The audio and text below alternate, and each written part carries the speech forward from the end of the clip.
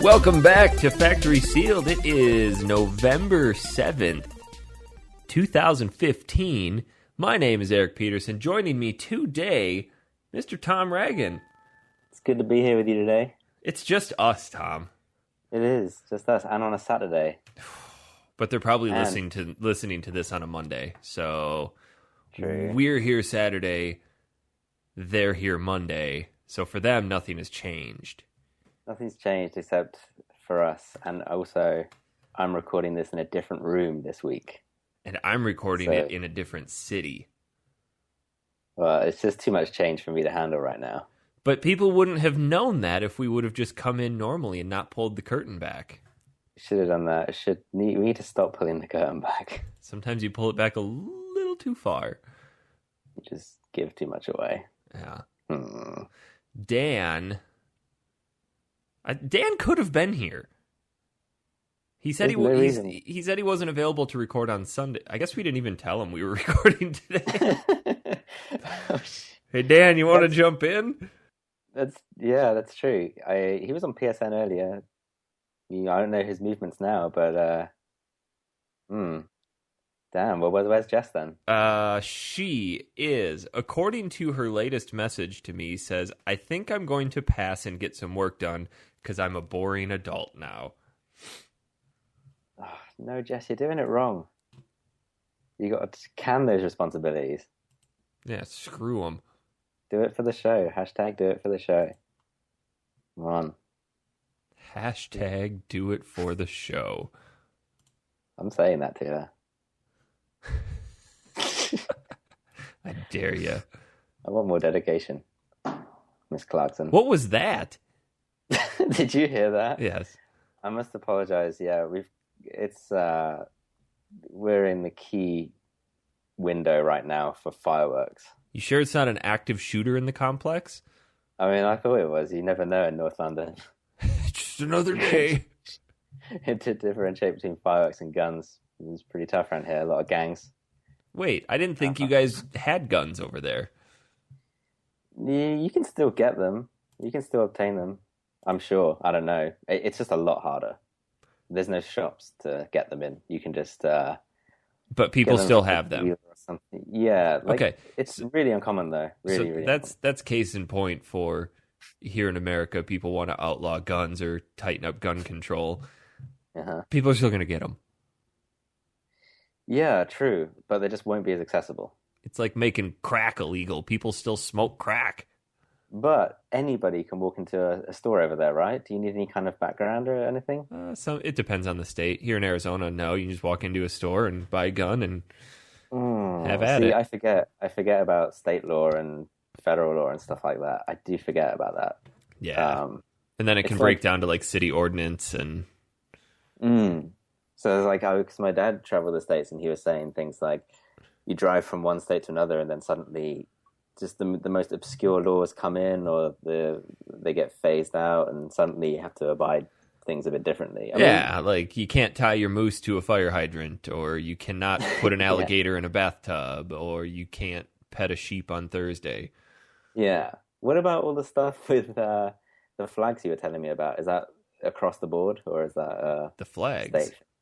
Yeah, like you can't hang it upside down or... Oh, hanging it upside down, I believe, is a indication of distress and emergency. Oh, okay. What about the thing of like if you see the flag on the road, you have to pull over and pick it up, or you can't burn it?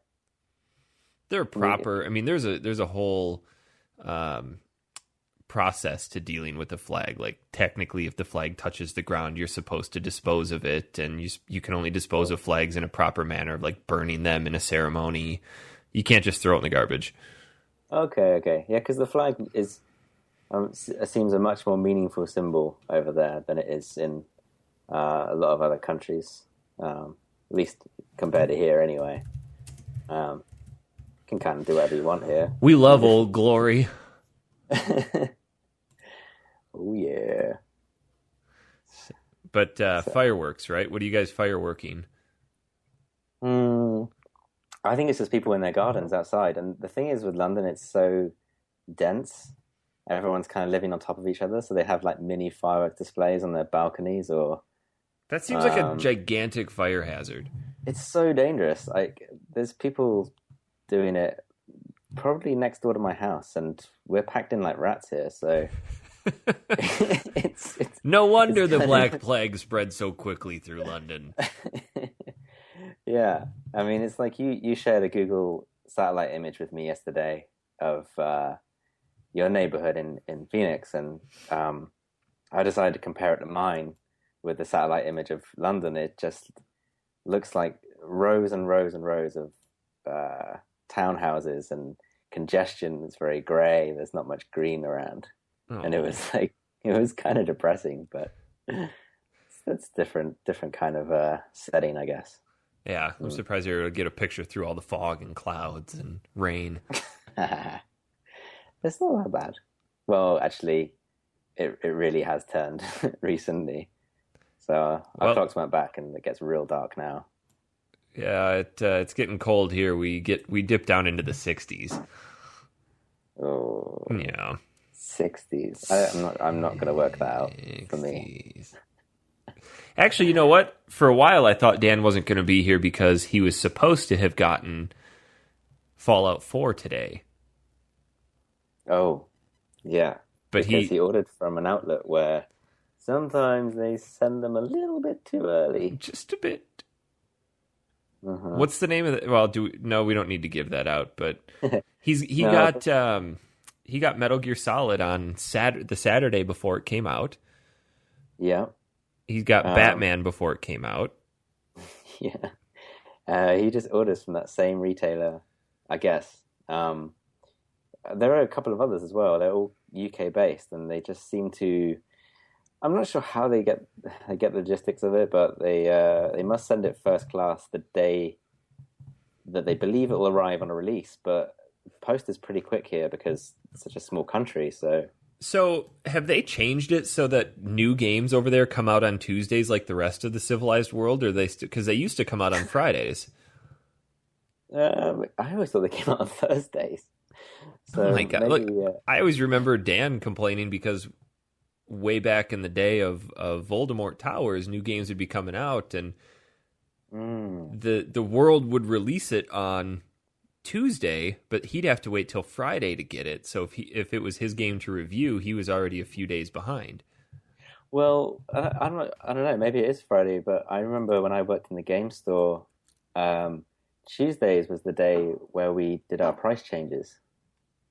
So we would actually like pick up a bunch of games off the shelf, and they would be either reduced or they would reflect like the popularity of the game or how old it was, like pre-owned games.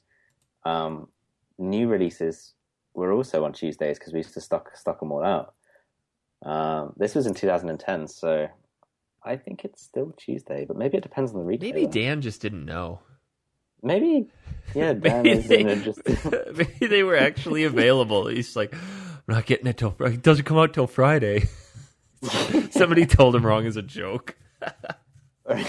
Or he's going to one of those tiny little retailers that's just owned by an old man, and he's like, I'm not getting it in until Friday. Got the box, but it's under some other boxes, and I think I'll get it out about Friday. Yeah, I just need to unpack. It's gonna take me a few days, Sonny Joe. Oh, I need a nap. Yeah. Well, Nice. poor Dan, he didn't get his game early. Yes. So I've been thinking about. Are you picking up Fallout on Tuesday? I don't think I am because I've got so many other games to play. I'm probably just going to hang back a little bit, maybe get it around Christmas. What about yourself? I'm torn. I'm going to pick it up, but this is arguably one of the largest games to release in recent memory, aside from Metal Gear. I would even argue that this is a bigger release than Metal Gear. I agree. Yet, if you look at the news coverage in the past weeks, even since its announcement at E3, it's been very lacking in what's out there about it. And I don't know why, but that gives me a little cause for concern. It's interesting. I mean, it's there's a lot of advertising in London on the underground system and our trains and stuff. And I think there's a lot of respect that they just came out at E3 and said it's coming out in November and we're done. There's no delays. It's here's the game you want and here's the game you've been waiting a long time for because the gaps between Fallout 3 and even New Vegas and 4 is quite a few years now. But So it's so unlike Bethesda, though. Look at how much hype they were giving Skyrim and how many conferences and videos and previews and information. There is, quite honestly, nothing more than what we initially heard. do you think it's just because of the name itself? Like everyone knows Fallout now because of the successful third and New Vegas games, whereas Skyrim was, I think though it was essentially an Elder Scrolls game, it was kind of being touted as something a bit different, maybe. I'm not sure.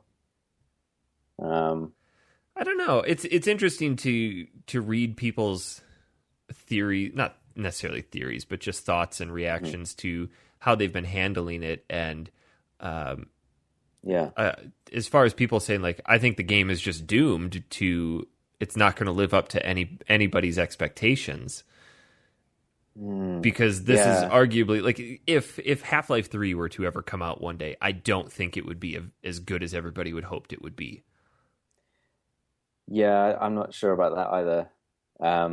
It's almost like, to take that example with Half-Life, it's been a bit too long now. I wonder if the hype would just burst, like internally combust on itself, you know? I think it would. But that's the thing with Fallout. They came out just a few months ago and said, November, there you go, it's yours. I think that's the way that the industry needs to start going. Agreed. Because look at, what was the name of that dinosaur game that they announced at E3, the Horizon? Oh, yes. Project Horizon. Something like that, where you're this Stone Age lady. woman fighting robotic dinosaurs. Looks awesome. We're probably going to that's- see 2 to 3 E3s out of it. Oh, I would much rather it be, boom, this is a game, here's when it comes out. Now, not to go to the extreme of Sega when they announced and released the Saturn the same day. Oh, yeah. God, I forgot about that. Yeah. Basically then, killed themselves. I seem to remember Sony stepping up, talking about their console, and then they announced that this other guy, I forget his name, he's gonna go through the pricing structure with you, and he just walks up to the stand and he says $249, and then he just walks up and he just walks up the stand. I watched that video recently, and people just shit their pants. It's kind of the same reaction that people had when Sony announced the price for the PS4. Because Xbox came out and it was $499, and everyone's like, yeah, okay, whatever. And then Sony came out like $399. Oh, that's amazing. I think it might have been $299 actually for the PS1. Yeah, it was $299. Yeah. But yeah, they smashed it. I think I remember watching that video, not at the time for sure, but maybe a few years ago on YouTube or something, and how different it looks now compared to then. Just looks like a standard hotel lobby or a hotel conference room. Yeah, business conference. Yeah, guys in suits who probably never played a game in their life, and with projectors flashing PowerPoint. yeah, with like bold italic texts, Comic Sans. Yeah. Hey guys, this is a cool looking text. This doesn't suck yet. Let's use it. Exactly. God. Everything's sliding in left and right from the screen. Ooh, that one faded in. Transition. Oh, that's brilliant. Yeah, I don't know. I think I'm going to get it just on the merit that, yeah, it's Fallout. I'm not a huge Fallout fan.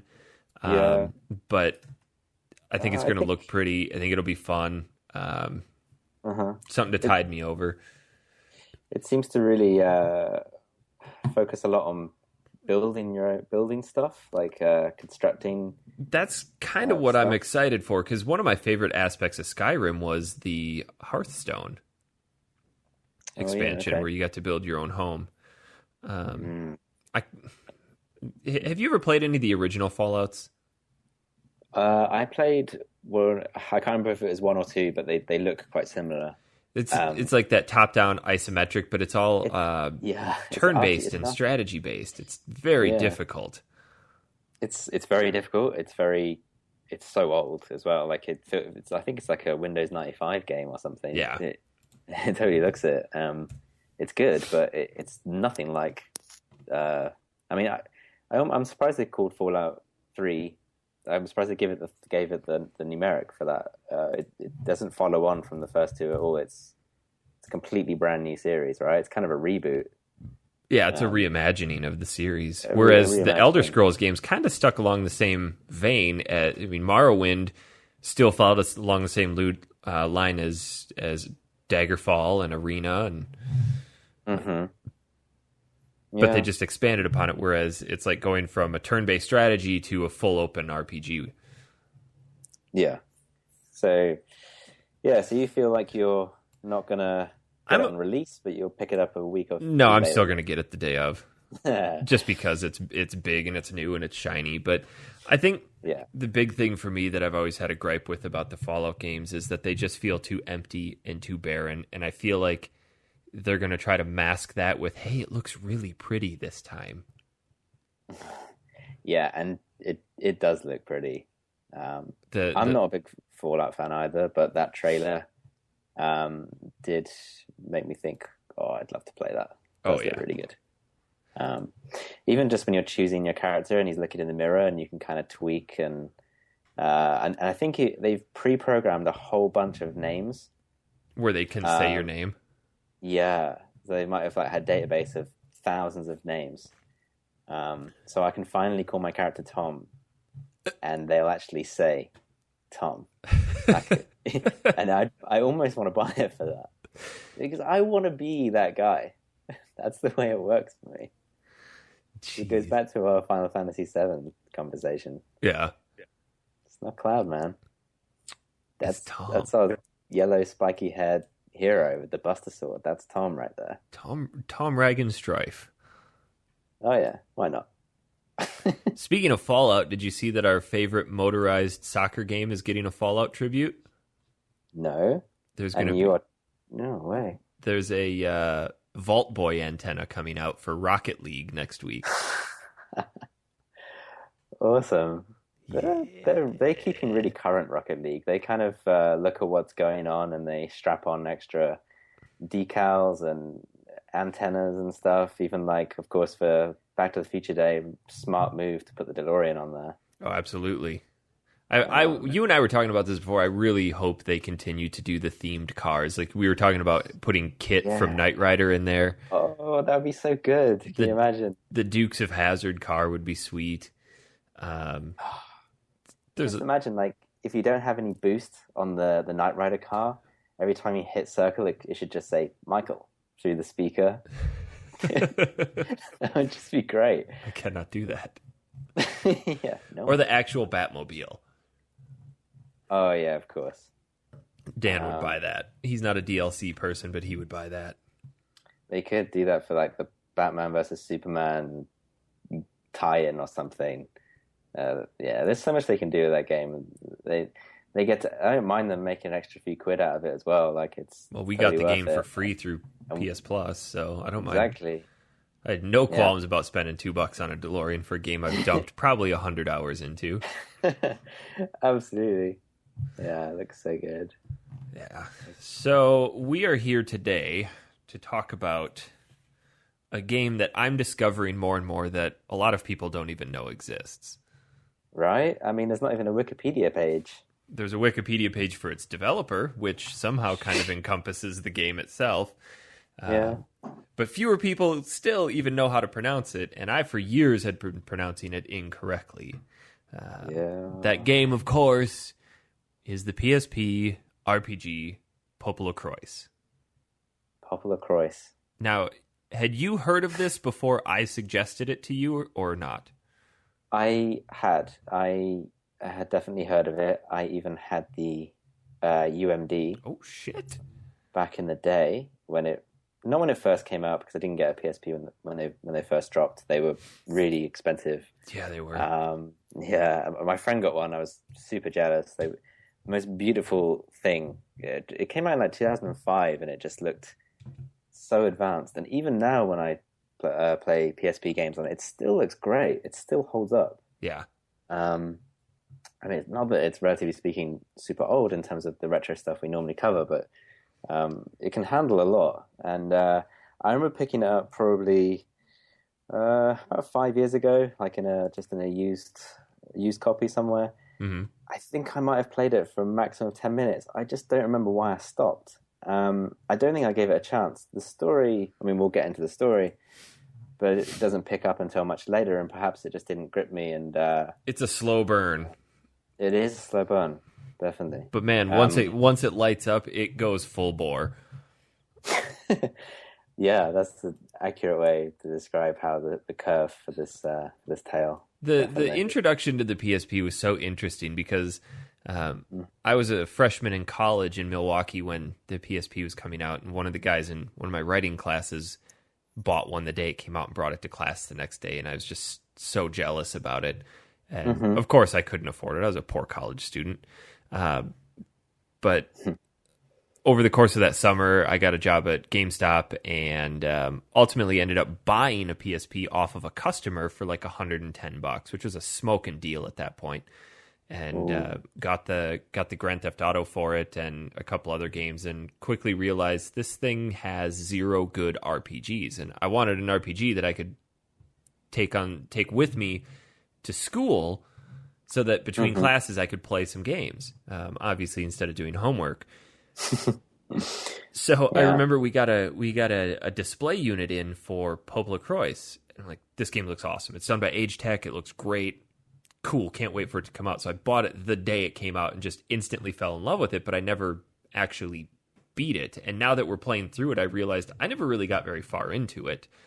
And I think that was just because it was a portable game, but it was easy to put down and not pick up again. Yeah. And part of it was because of the story. I'd always quit right where the story started to pick up, now that we've played past that point. It does take probably, I'd say, a good 6 or 7 hours for the story to really pick up. Oh, At minimum, least yeah. from my game time anyway. Yeah. I may not be accurate to where, but I'd say it's book-wise, probably in the middle of book 3. We're obviously covering the first 4 books, which is in the first story, of which there are 3 in the whole game. So I can see there's going to be a ton more content for the story as it goes.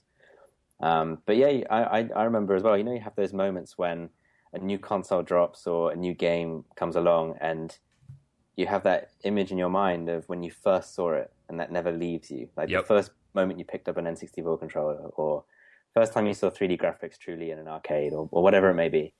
I remember I was in a game store with my friend. We were just on a lunch break from college, and he was talking to me about the PSP, and I'd heard all about it, and I just knew I was no way going to get one because same reason as you, I was a poor college student. And we went in, and the guy had a display unit in the back, and he was showing off Wipeout. That was one of the first launch titles. If you had a PSP, you had to have Wipeout. Absolutely. I think it was Wipeout Pulse or something. I can't fully remember, but he gave it over. It was the fat black PSP, and my friend was playing it, and the guy behind the desk, he could tell that my friend was serious about paying for it, so he let him, really sold it to him. I was just watching, in awe, and I never forget the screen, like how fast it was processing these images. Like Wipeout is a really demanding game.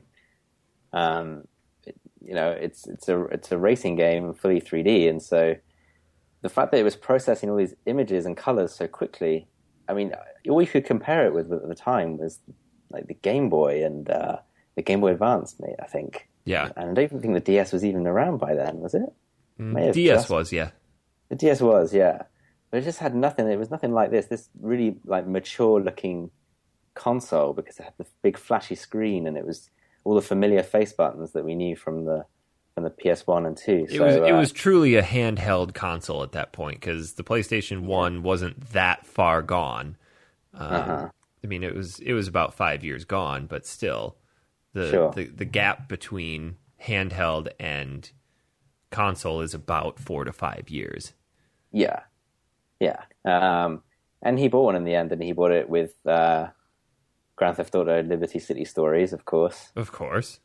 who didn't have that game. And yeah, it was incredible. Really, really cool. But like you, I remember, doing some Googling and trying to find out what RPGs were available, and I'm sure I must have stumbled across PoPoLoCrois, but I don't recall it at the time.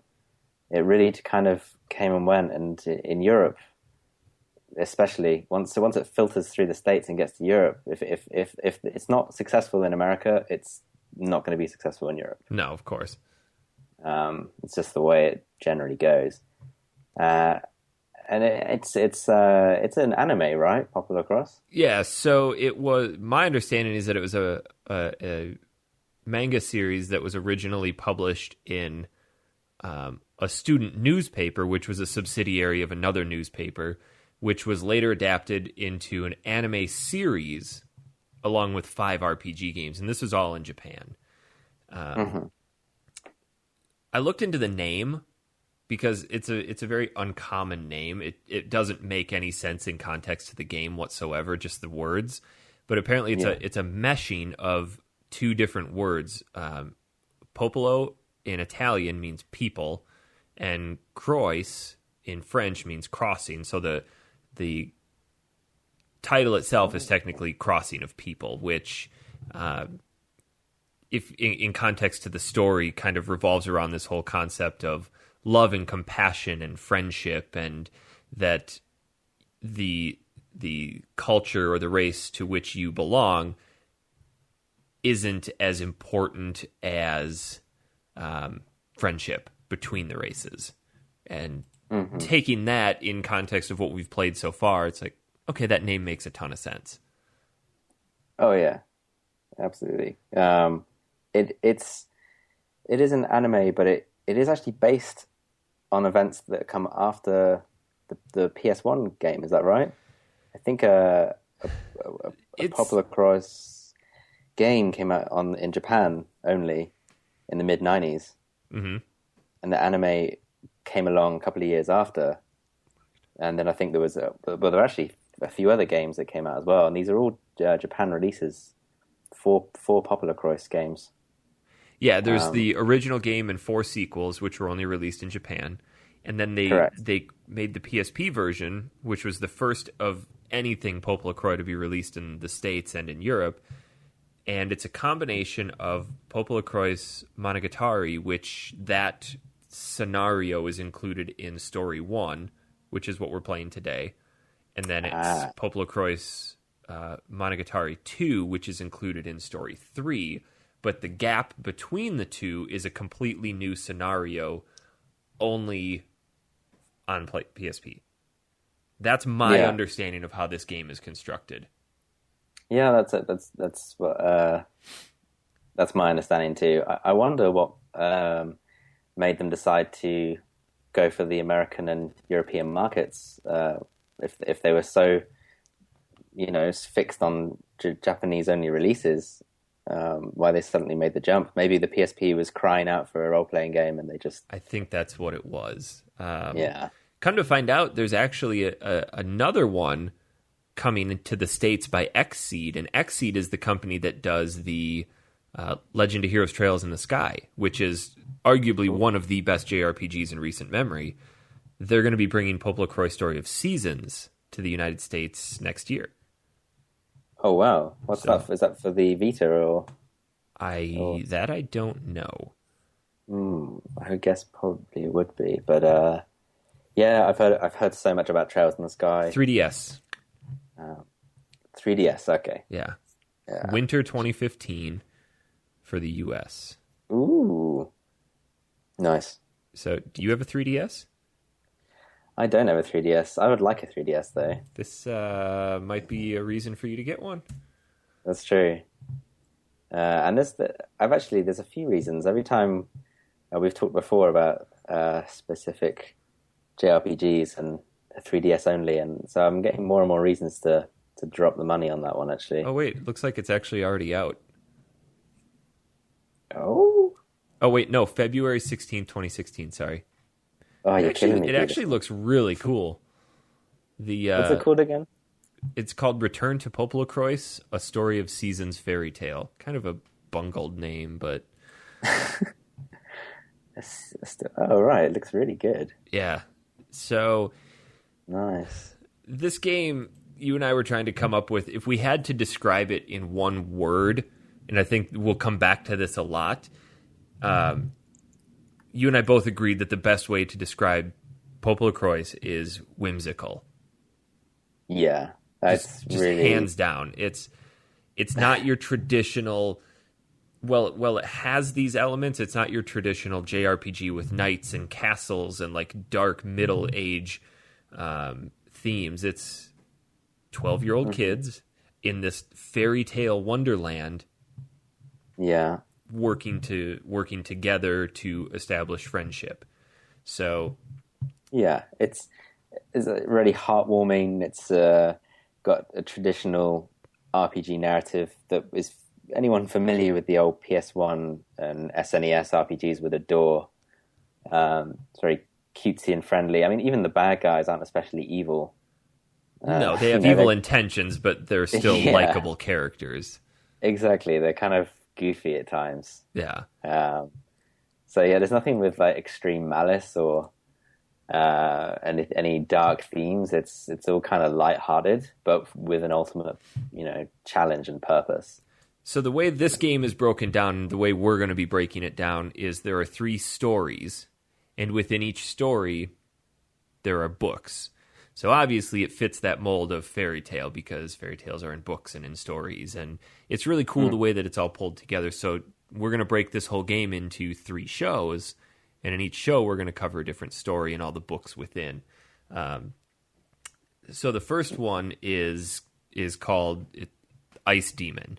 And you're introduced to the main character whose name is Pietro, and he's this little 12-year-old boy. He's the prince of PoPoLoCrois, and his father. It's his 10th birthday. It's his 10th birthday, right? 10. Yeah. I'm thinking of the next book where he's 12. His mother apparently is in a coma or some sort of deep sleep and has been since he was born. So you set off on this quest to bring your mom back. Like she hasn't woken up. Apparently she hasn't woken up since she gave birth to you.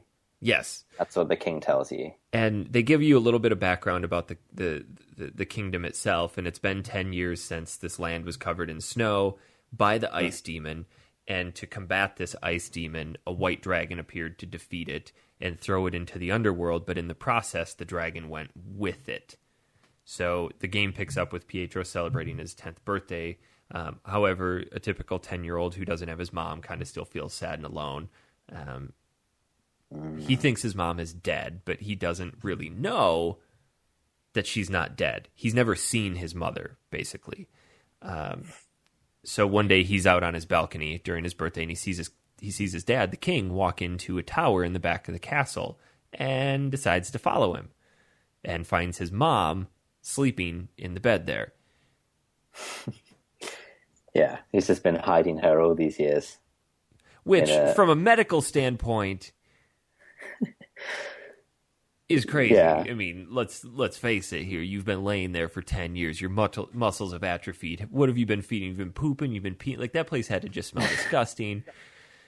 We're just going to chalk it up to magic. And it's a bit crushing for young Pietro to then find out that his mum has actually been there all this time. Yes. But that sets up the whole premise of the game. Pietro gets in his head, okay, she's here, she's alive, but she's not awake. How do we wake her up? Come to find out, there are these beings called forest witches in the Flannel Forest that say that her soul was sent into the world of darkness.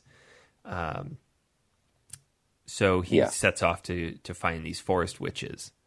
And in the process learns there's a book that exists in this mystical city of Brionia, which shows the way through the world of darkness. But he doesn't know where Brionia is, and he can't get there because it's a city in the sky. Mm-hmm. And he doesn't know too much about the world of darkness at this point. Correct. I don't think. Yeah. Yeah, and he is thinking there must be a way to wake her, and obviously the king doesn't want him to go, but the prince decides to begin his adventure to save his mum because he'll do anything. He's a good kid. Yeah, he wants to see his mom. That's his birthday present. He wants his mom. Yeah, yeah. So the forest witches, in fact, the king has already contacted them, and for the past 10 years, they've been tasked with finding a spell to wake her up. So yeah, that's basically what the king has told him. But like you said, he says, stay in the castle. That's basically an order. And Pietro goes, yeah, whatever, Dad, I'll see you later. And you kind of set off into the world.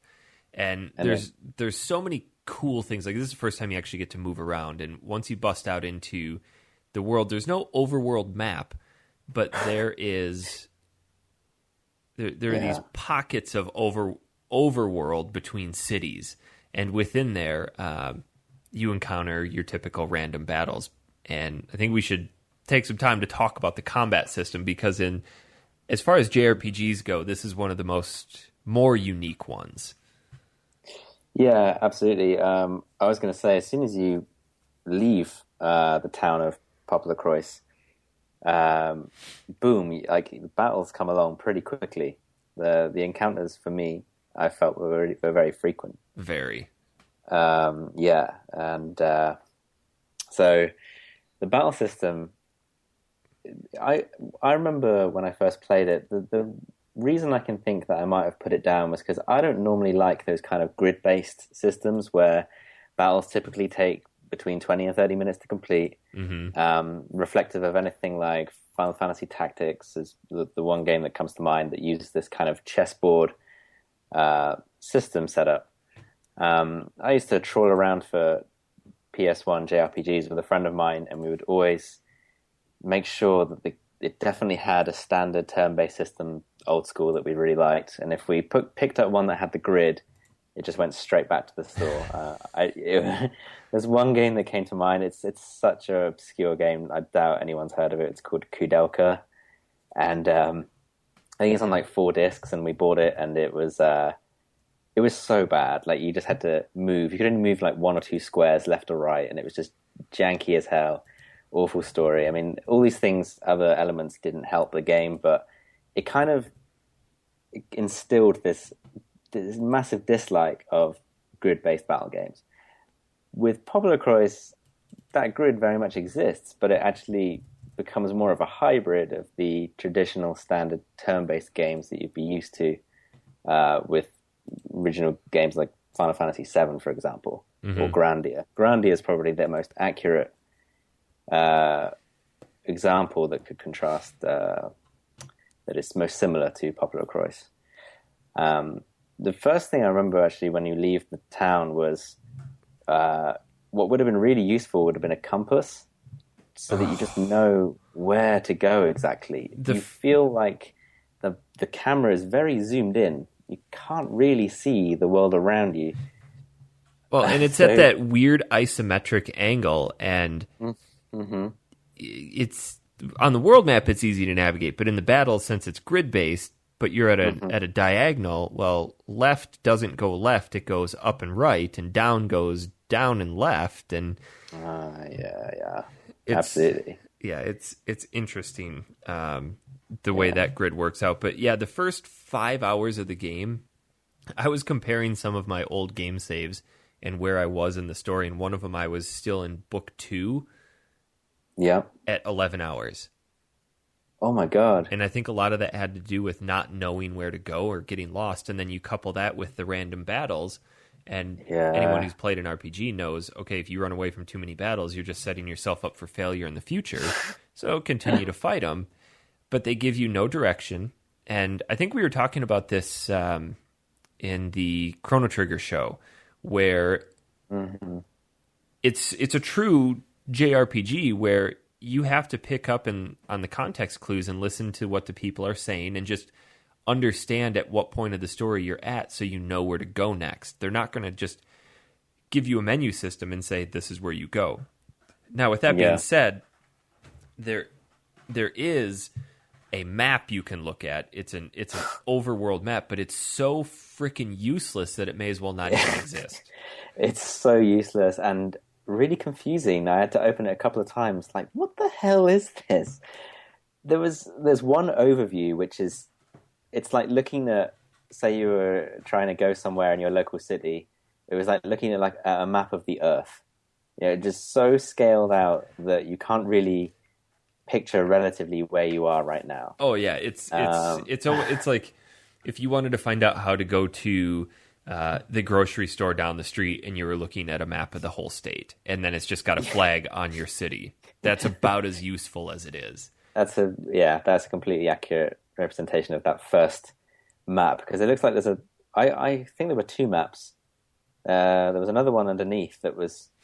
They show you the whole kingdom map, and then they show you an area map, and then there's another one that doesn't do anything else either.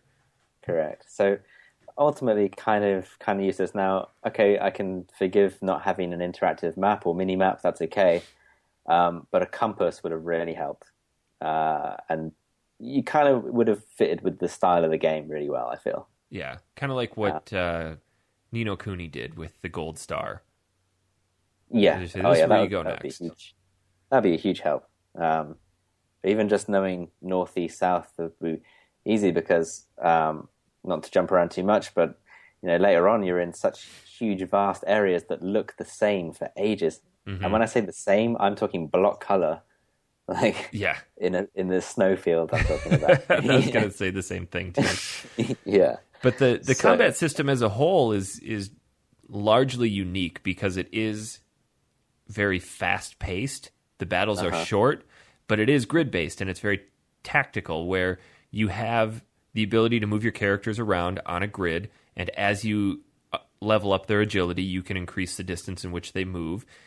They have special skills that are tied to specific distances, so if you're not far enough away, or if you're too close to somebody, you can't use that special skill, so you have to back up and put yourself in a different location, which may be closer to other enemies. You attack from behind, you're going to get bigger hit points. There are area of effect attacks, or if all the enemies are in a line, Pietro has a special skill where you can just shoot a beam of wind down and hit all of them at once, but only if they're lined up.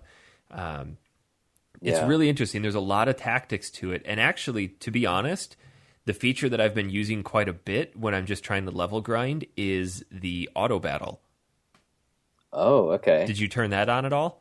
Well, when I first left the town and you get into random encounters, I had auto set on automatically. I think it starts automatically on. Yeah, correct. And I had no idea what was going on. I didn't realize that was the way it worked. And I was very confused. I think I lost like 3/4 of my health when I first started. I wasn't sure what was happening. Switched to auto through the AI commands, and switched to manual, sorry. And I've just been manual ever since. I've never switched it over. But that's interesting that you use it for level grinding. I can see why that would be an advantage. Oh, it was a huge advantage because you just didn't have to think. Well, yeah, I would like to see it, because I'd like to see what the AI does in certain situations where I'm not sure what the best move is. And as an example, sometimes you're involved in battles where the arena is very tight and you can't move all your characters within the enemy. So some have to hang back, you kind of have to shuffle them. So you don't want Narcia near the front because our physical attack frankly sucks. Yeah. But you want your big hitters at the front, and you can't maneuver them around. And I kind of would like to see how the AI deals with that how it might do it more effectively than the way I am. So there are 4 settings, obviously: manual, and then you've got assault, you've got attack, and you've got defend. Assault basically is use your most powerful skills and let's just get this over with. That's what I set everybody for when I'm just level grinding. So they just plow through it. Nice. Attack is a little bit more varied, where they focus more on your physical attacks, because using your special skills, choose through magic. And then defend is if you're close to somebody, attack. Otherwise, utilize magic and healing and play it safe. So that'd be one you'd want to set your healer at, would be defend. Got you. So there's definitely a lot of strategy to it. It's not overwhelming. It's definitely not Final Fantasy Tactics where, okay, I need to carve out 45 minutes this afternoon to do this 5-person battle. These battles will be over in 30 seconds, but you still get that tactics-based style of combat that I personally enjoy, but I don't enjoy the time commitment of a tactics game. I love the Ogre Battle series, but I don't have time to get into them because I don't want to dedicate an afternoon to one battle. Oh yeah, totally. But I agree that this with PoPoLoCrois, it's wonderfully balanced. I'm really enjoying the battle system. Yeah.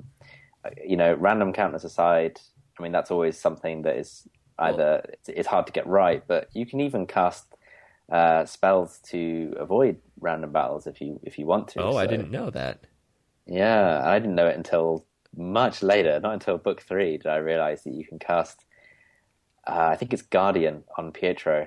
Huh. And you get some sort of like graphic appear under his feet, like a star, and then as you're running around, that star starts to fade. That would be very beneficial for when you're just trying to backtrack to a location, because like you said, the random encounters in this game are pretty hot and heavy.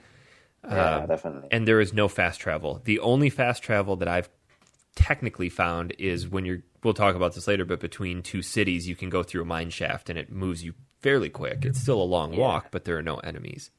Yeah, I found that. But the other aspect of this that's super cool is the enemies that you encounter fit that whole theme of just whimsical fairy tale storybook stuff.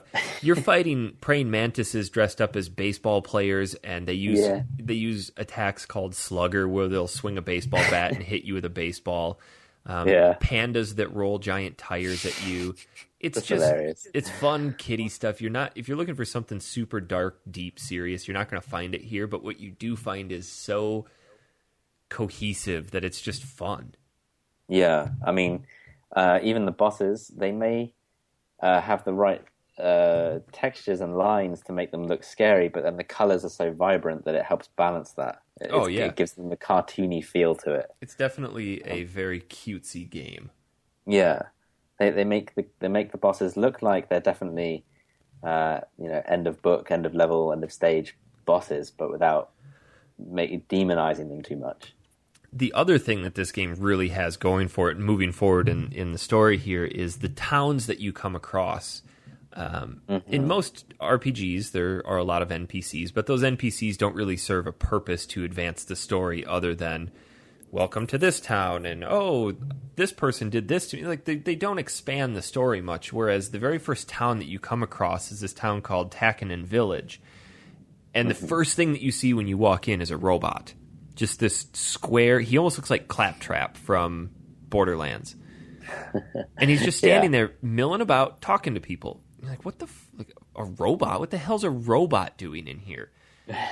And you talk to him, and instead of him just giving you a canned robot response, he gives you an explanation of why he's there. And then the people in the town give reactions to this robot being in town. So these worlds, these towns, although they're small, they feel alive because of the conversations that you can have with the people within. So this robot turns out to be a spokesperson for Gammy Gammy City, and he tells you, he doesn't tell you what that city is, but he's like, it's Sin City, and people don't necessarily care for me here.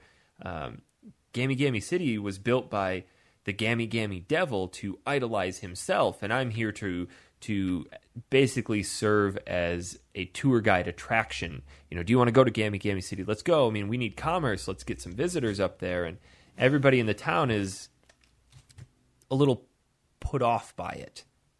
But they're like, but they're like, well, maybe. So it introduces this whole concept of, first of all, foreshadowing. Oh, okay, well, I guess I'm going to be looking forward to going there later. But how are these robots interacting with these people, and how does this all mesh together? Yeah, there's some politics in there between these towns, because even between Brionia and I forget the other one. Is it Pasella? Yeah, Pasella. Pasella, yeah. So there's some sort of animosity between those two. No, you're thinking of Godriff and Pasella. Oh, Godriff and Pasella, sorry. Yeah, that's right. Actually, I didn't go to Takanen village first. I went to Pasela. Oh shit! So it probably I just took you a got little longer to get to where you needed to be. Yeah, I was a bit lost. I kind of just ended up in this town of Pasela, and there's a lot in that place. That place is There's huge. tons of houses, and treasure chests in every house, more than one normally. Yep. Some of them containing 1 gold, some of them containing 500 gold. It's They're kind very of abundant with gold in this game. yeah, it's really really odd. And yeah, I kind of thought, what am I doing here? It feels like I've gone forever, and the map is obviously we discussed hard to read and without the compass and stuff. So yeah, I ended up having to just kind of mill around and go back because I didn't realize you had to go to Takanen village, then go to the north end of the town, and it kind of merges into a forest, right? The Yeah. kind of the grass changes, the scenery changes, and suddenly battles are taking place, and you're just moments from the nearest house, like Yep. the inn, perhaps. Yeah. So you walk through the point we're trying to get back to is trying to get to the forest witches because that's the Hmm. only clue you have to go on is okay, the forest witches, if anybody knows how to wake my mom up, it's going to be them. So you stumble upon this big house in a tree in the middle of the woods, and this girl with a hat comes out and she's accusing Pietro of being there with intentions to hurt the forest. And this old lady comes out, her name is the Great Gilda, and she kind of just mediates this conversation, and you ultimately ask for directions to the Brionia library, where at this point you learn they haven't found a way to wake her up, but there's this book that we're looking for, trying to get a way to get to it, but nobody has a way to get to Brionia. So you learn that there's this inventor in Pasela, which is the town you were just talking about, who's invented a flying machine. Yes. So this is your next best bet is, again, we need to go there, talk to this guy, and hopefully he can take us to Brionia. And as you leave, Narcia says, I'm coming with. And Gilda, against her wishes, finally says, okay, to fulfill our obligation to the king, I'm going to let you go with. Yeah. And she just has she joins you, and she can really help because she only has the heal rain spell to begin with. She's so worthless. Heal rain. Oh, the amount of times I heard that. She's a clutch And player, though, I tell you what. oh yeah, oh yeah. And she also gets like a couple of good spells later on, like Wind Cutter. She gets in a couple of levels. Oh, yeah. That which really helps. And you can actually combine. Do you know you can combine with other people? I haven't figured that out yet. Okay, so actually, this is another point on the battle system. Something I didn't use for ages, but then I realized as soon as I figured it out, it was a godsend, especially for bosses. Was that you can skip a turn to focus. Mm-hmm. So I found that if you focused, waited for a while, and then used something like a special, like Dragon Fang or whatever it may be, the damage was like almost double, like at least double actually. Wow. It's much better. But basically, if you focus, if one character focuses, when it's the other character's turn, as long as they can move within your vicinity, a certain number of squares, they can combine a skill with yours to create something completely new. So I think it's Nasir and Pietro have an airstrike combination, which is really effective. Unfortunately, the combinations that you get later on with other characters, they really just look like they're just for show. Mm-hmm. They don't really offer very much. Like to pull them off, you have to be. It involves a lot of intricate moving around, and it can take a bit too much time, and the payoff not really worth it. But yeah, so she joins you, and you leave the treehouse, and you have to go back through the village. There's a lot of backtracking I found. Well, now here's a question for you. Did you backtrack and go directly to Pasela, or did you come across Yan's laboratory? No, I backtracked to Pasela. I did not come across the laboratory. So you Did you go there first? You didn't get the whole scene where you get shot out of a cannon Oh, I did. Yeah, and you end up in yeah. Godriff Mine? I did. I might have got it a little bit later though. Oh, because did you go down and actually talk to Pashtav in Pasela right away? Yeah. And what did he tell you at this point? He was like, "Oh, we've got some issues in Godriff. We have some, I don't want to, I don't want anything to do with those guys and blah blah blah." And I just kind of was running around in that first section on the world map and ended up back in the village again, back in Taken village. Went back through the forest, found an extra opening through many random encounters later. And then I stumbled across the map. So Pashtov didn't give you the blueprints for the part at this point? No. Okay, I was going to say, that'd be really cool if you could skip that whole part, because you stumble upon this guy who is in a competition with Pashtov from Pasela to build a flying machine. They basically want to be the first person to be able to fly to Brionia. Well, his flying machine is less of a flying machine and more of a gigantic cannon, where Pietro gets all excited, a little 10-year-old boy, climbs up to the front of the cannon and falls in. And the guy, Yan, instead of going, "Oh, crap, let's get him out of there," he goes, "Awesome, let's shoot him off." So you fall in, and he launches you into the sky, and instead of ending up in Brionia, you end up in the mountains in a town called Godriff, which is your traditional mining town, but you have to work your way through the mines. And as you're going through, you discover there are orcs in here who have captured the miners, and you need to defeat them. And this is kind of your first mini boss that you have to fight. Yeah, like an orc king, isn't it? Yeah, the orc king. And after you beat him, you meet your third playable character, the White Knight. He's been in these mines for so long that his armor is all rusted, and they soaked him with salt water to rust him, so he couldn't move and fight back, which is pretty ingenious. But as Pietro introduces himself, the White Knight recognizes it and immediately swears his allegiance to him, because he's a king of he's a knight of PoPoLoCrois, and he's sworn to protect them. And the king Paolo is a hero among the knights, so therefore White Knight is he's kind of your Steiner from Final Fantasy IX, but not as annoying and douchey. So true. And he's super powerful as well, physically. He is awesome. Some of his special techs, like Aerial Slash. Aerial Slash, man. Shit. That if you use, like I mentioned earlier, the focus attack, and then have Narcia cast Retribution on him. Can you double stack those? Yeah. Oh. If you double stack that, Aerial Slash hits for around 600 to 700 points. So there's a skill that Narcia has called Retribution that basically empowers your characters to a degree of 2. I did not know about that until almost the end of this entire first story, where it's a skill you learn, and I hadn't been running away from too many battles. Just if I was low on health, I would run away. If you flee, what was the penalty? I think you just lose some coins. Okay. I never, because I noticed there was always a coin dropping, but I couldn't work out. I like how you can run from any battle. It doesn't ever say, "Oh, stuck." Yeah, I guess you can't run from bosses. No, yeah, that's true. But you're right. You can. One of the guys that you free here, along with White Knight, is Naguro, and he teaches you trapping. Do you ever use trapping? Never used it. I've not once used it. I can see some merits to wanting to use it, because there are enemies that, as we said before, have certain area attacks, but you have to be a certain distance away. So if you trap them, they'll fall in this hole. But usually the way that I trap enemies is I'll just put a character on all 4 sides and they can't move.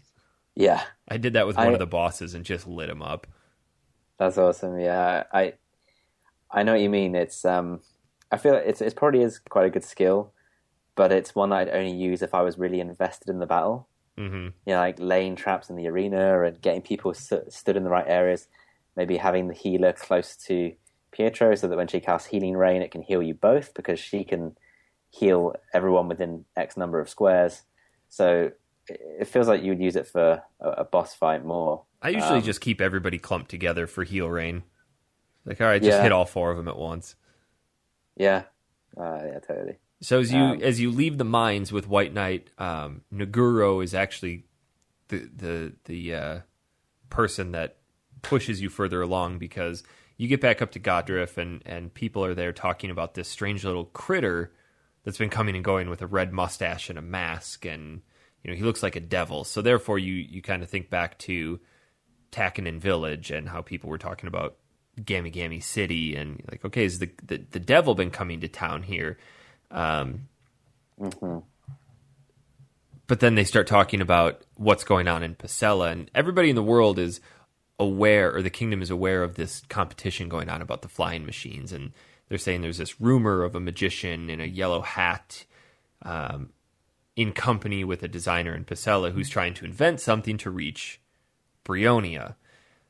And at this point, you learn again, okay, well, I guess now I have to go to Pacella because that was your ultimate goal, to go meet Pashtov. And through talking to people in Pacella, you learn that it's a giant manufacturing town. I mean, it's a harbor where ships coming and going. There are factories. There's a direct link to the mine. So it's a central hub within the kingdom where people are getting upset because manufacturing is declining because they're not getting upset. They're increasing manufacturing by creating poor quality items, but we make them cheap and sell them every day. So it's kind of a little commentary on social economy where we're not putting much effort into this, but hell, we make a lot of it and we sell them cheap. Mm-hmm. Yeah, definitely. And that's pissing the people in Godriff off because they're the really good blacksmiths up there and they make good things, but they're expensive. Yeah, they have their niche skills and they put a lot of like quality in their work. And so there's this nice little contrast between those two towns. So this is where you actually get to talk to Pashtov, right? Yeah, I think it is in the huge factory near the sea. Yeah, on the docks, kind of thing. Yeah, and he needs a part. Yeah, he's building a yacht, a flying yacht, and he needs a specific part, but he doesn't want to go to Godriff because of the issues that he has. Yeah. The spat he has with those guys. But he doesn't trust his own blacksmith to make it because they can't make it right. Yeah, that's right. So, of course, Peter is like, we'll go and get it for you. And he's like, oh, I don't know, you're just a little kid. And there's a lot of that in the game, like he's just a 10-year-old, what can you do? And he's constantly having to prove that, yeah, he may just be a 10-year-old, but he has his ultimate goal of finding his mum, and there's not much that's going to stop him from doing that. So you have to head to Godriff now. Do you have to go through the mine shafts? Run through the mine shaft? You don't have to, but that's a lot quicker. That's what I did. I remember, like later on, when I was running between those two places, one of the guys was saying, "Oh, you can just take the mine cart down there now if you want to." Oh, that'd be nice. I would always be running because I was like, "Yeah, okay, so take the mine cart. Where is it then?" I wonder if he just meant to say mine shaft. Yeah, maybe, because there are actually some mistranslations. There's quite a few spelling errors and just some almost too literal translations in this game. But yeah, maybe that's probably what he meant, because there's no minecart. I didn't see anything. So you agree to go on his behalf and get this part because you already have a reputation in Godriff because you saved the miners, so they may be willing to make a part for you. And when you get back there, the blacksmith agrees to repay his debt to you. But at this point, he says, go explore town and go take a nap and come back. But if you go and look at some of the people around town, did you really explore Godriff much? I mean, I spoke to a bunch of people, but I didn't. I don't know, I'm not sure if I found anything specific that sticks out. There's a dude in the northern part of town who's looking through a window from the bushes. Right. And if you walk up to him, he gets startled and he goes, "Hey, whoa. It's not what you think. There are only men inside." And then he goes back to looking. Like, what the hell is this? There's some really funny quotes in this game when you're talking to people. Like, that's so typical of this game. I'm not surprised to hear you say that. Oh God, it was so funny. It's like, it's not what you think. Okay, that's even worse than what I thought. So you go and take a nap at the inn, and you head back to the blacksmith to get your part, and it turns out that the Gammy devil has stolen it. It's gone. Yeah. You speak with that bold guy, and he says, he originally said it was going to take a bit of time, so stay at the inn, but Sid's been stolen, and you have to... There's a note. That's right, there's a note. So he kind of, even just gives you away the location of where he is. I absolutely love the grudge that Gammy Gammy Devil has against Pietro, because it's such a stupid, childish grudge. Even in his note, he's like, to the stupid son of the king, you have misused your powers and you attract all the pretty girls. And as a result, I have stolen this part. So if you want to come and get it, you know where I am. Mm-hmm. I just don't know why they didn't ask if they could make another one. Yeah, it's like, great. I've got like 2,000 gold on me, son. You want to get me another one of those? Don't make me go find that moron. So the blacksmith offers to come, and you basically say no. And at this point, I think this is where I racked up so many extra hours in my previous game saves trying to figure out where the hell to go. It's not clear how to get to Gammy Gammy City. No, it's not clear at all. And if you accidentally stumble back upon Gilda's treehouse, Gilda makes Narcia come back. So now you lose a character. Oh, I didn't know that. And then when you go up to Gammy Gammy City, you finally find your way. Narcia reappears, and she's like, I got Gilda to give me permission to come with. Took some time off. Yeah. But okay. I love Gammy Gammy City. I wish they would have fleshed the city out a little more, like made it as big as Pacella. It's such an interesting... It's so weird. I wasn't expecting it at all. From a technical standpoint, did you notice the frame rate dropping like massively? Yes. Well, they had flashing neon signs, and there were a lot of NPCs on screen. Yeah, there's a lot going on there. True. And this whole city is trying to bring in customers. They're a commerce town, and it's all just cheap crap made by Gammy Gammy Devil, basically to stroke his own ego. But there's a very clear concept here about heaven and hell, where these people in these shops, the robots are talking about above is heaven and below is hell. And if you're looking at the upper levels of Gammy Gammy City, it's all lights and glitter and fantastic shows and people and shops and food. And you instantly go down the stairs and you're in the slums where these people are struggling to stay alive. And there's a couple robots that are like, you know what? I know what's up there, but I like what's down here. It's just what's comfortable. It's what I know. But everybody else is saying, don't go to the downtown area. It's dangerous. Yes, and it's really funny talking to these robots because they're just speaking like pure English. Just this nice... And there's also there's like stage. There's a stage that the stage show, yes, and you go up into the changing room and. Yeah. Did you come across that? You can actually do the stage show. I think you can. I think it plays out a little thing where you just kind of walk around on the stage a bit and do some sort of little actions. No, I didn't. You can't control anything. Huh? Yeah. I did not. What were you going to ask me? There's in the slums. There's a couple robots that look like they're tweaking out, and if you talk to them, they give you this kind of background about how all the robots here feed off of nuclear energy, and they just can't get enough of it. And I don't remember that. Yeah. Did you buy any of the souvenirs from the shop? I have yet to buy. I don't think I've bought any souvenirs. I bought a Gammy Gammy Devil just because I figured I might need it later, but turns out 10 hours later I don't. But what's really cool is the town is very business-centric, and the only people that they can really pull in are the humans, so they did their best to add some of the best features of human cities. Yeah. While retaining the fact that everybody there worships the Gammy Gammy Devil. And I did find a slot machine there. Did you play it? I've not done anything with it. No, I actually have it as an item. What? Yeah, I don't know if it's a charm or it's nothing like it. I can't equip it. I can't do anything with it. It's just one of those items you get in RPGs and you just wonder what the hell it's for. Like when you defeat some of the robots in the steel grave, you get items from them like junk. I have no idea what junk does. I sell it. It's worth a ton. Are you just supposed to sell it? Is that all you do with it? That's what I've been doing. Pillows. That was another item I got from somebody. Just sell it. Unless you get a character later in the game that can synthesize things. Yeah, that's what I can't help but think there must be some sort of crafting because of getting those things, but maybe they just are for just Well, I pawning. like how idiotic not only Gammy Gammy Devil is, but his guards at his castle, because you walk up and they stop you and you just go, "No, I'm with the Gammy Gammy Devil," and they just go, "All right," and they unlock the door and let you in.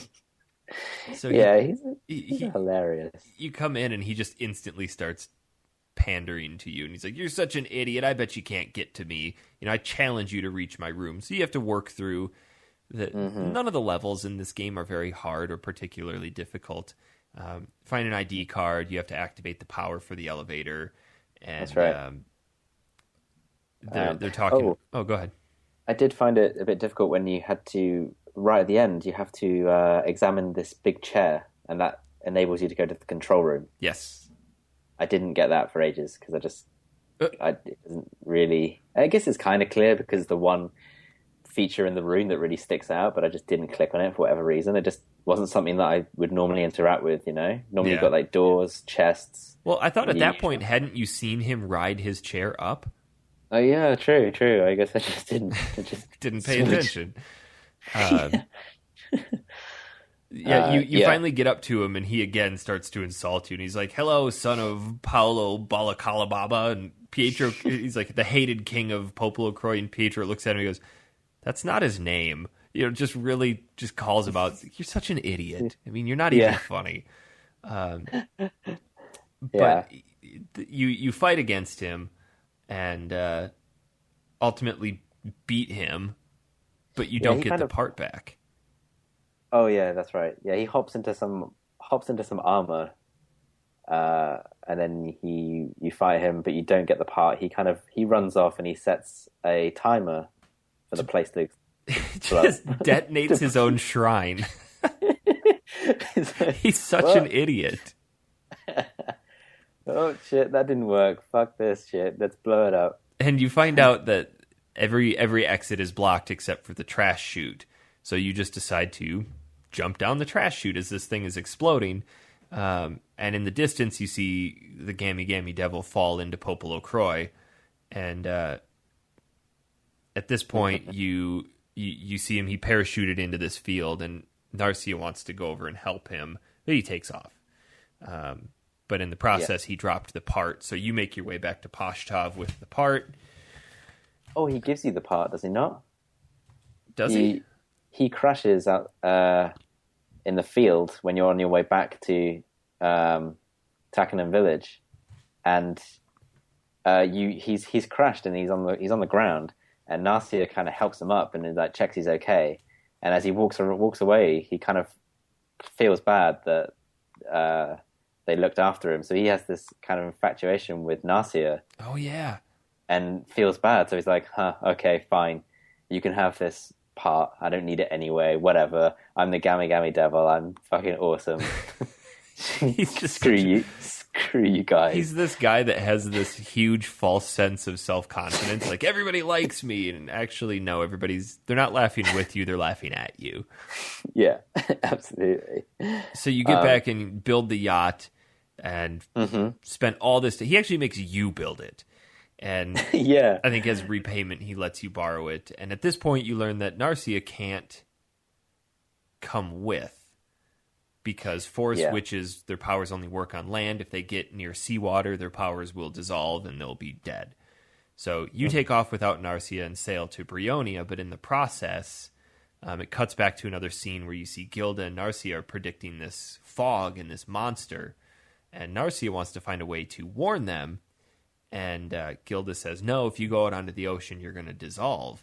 And Gilda says, you know what, you just kind of need to let him go. She doesn't really like Pietro, but she sees that Narcia has some passion and gives her an item called the Gold Key, which is a treasure of PoPoLoCrois, and if she uses it, she can change into whatever she wants and use that power to protect her friends. So she decides to transform into a human, or Gilda suggests that and changes her name to Kai. And That's right. what I thought was pretty cool is Gilda warns her and says, look, you're going to be helping Pietro as Kai, so please don't be surprised if if Pietro becomes attached to Kai. Yeah, that was a nice touch. And That was a nice to touch. counteract that from the other side, she also said, you can't talk about this power or you'll lose all of your Forest Witch's powers. Yeah. So you almost have two characters in one that are both infatuated with Pietro, but Pietro's naturally going to be drawn towards Kai because Kai's going to save her or save him from this impending doom. Mm-hmm. Because the White Knight and Pietro are actually asleep. Yeah, they fell asleep from the fog. Yeah. And then this squid appears. The Kraken in the corner. I hug ships too hard. He looks like the least menacing creature. And he just kind of pops up on deck and pulls up. He's like, think I'll have a snack. Yeah. But Kai at this point had transformed into a seagull to fly out there and then transforms back into herself and introduces herself as a friend of Narcia's. Yeah, and it's Kai. She looks like Leela from Futurama. Yeah, she does. She's got that karate kick and the and the purple hair, the ponytail. Is her hair purple? I thought it was black. I thought it was purple. It could be the screen. Who knows? Could be that PSP screen. All she needs is one of her eyes poked out. Yeah. So go ahead. And then White Knight doesn't like flying, does he? White Knight's kind of a pussy. Yeah, in the cutscenes, his voice was not what I imagined it to be. We haven't talked about the cutscenes. Yeah, there aren't too many, but they pick up. There's probably one or two in book one, but there are quite a few more. They're so well done. They're really nice, and if you've ever seen, I caught a couple of clips on YouTube of the PoPoLoCrois anime, and they're exactly the same. Like the art style, the animation, the colors, that kind of cel-shaded look. The closest thing I can compare it to is, again, Ni no Kuni, where you have your in-game style cutscenes, but then boom, it cuts to a movie. It's like you're watching a movie. Yeah. Or a cartoon. It's very close to that. So this cutscene is them actually flying up to Brionia. Mm-hmm. And White Knight just has this voice of I think he's got a British accent, if I remember. Yeah. Like an old man, like he shouldn't be in that armor. He should be with a pipe and slippers somewhere. There's no way he's doing aerial slashes, man. Yeah. This is not his jam. He should be at home. It's funny when the cutscenes come up and characters have voices, because it can change the way you feel about characters so easily.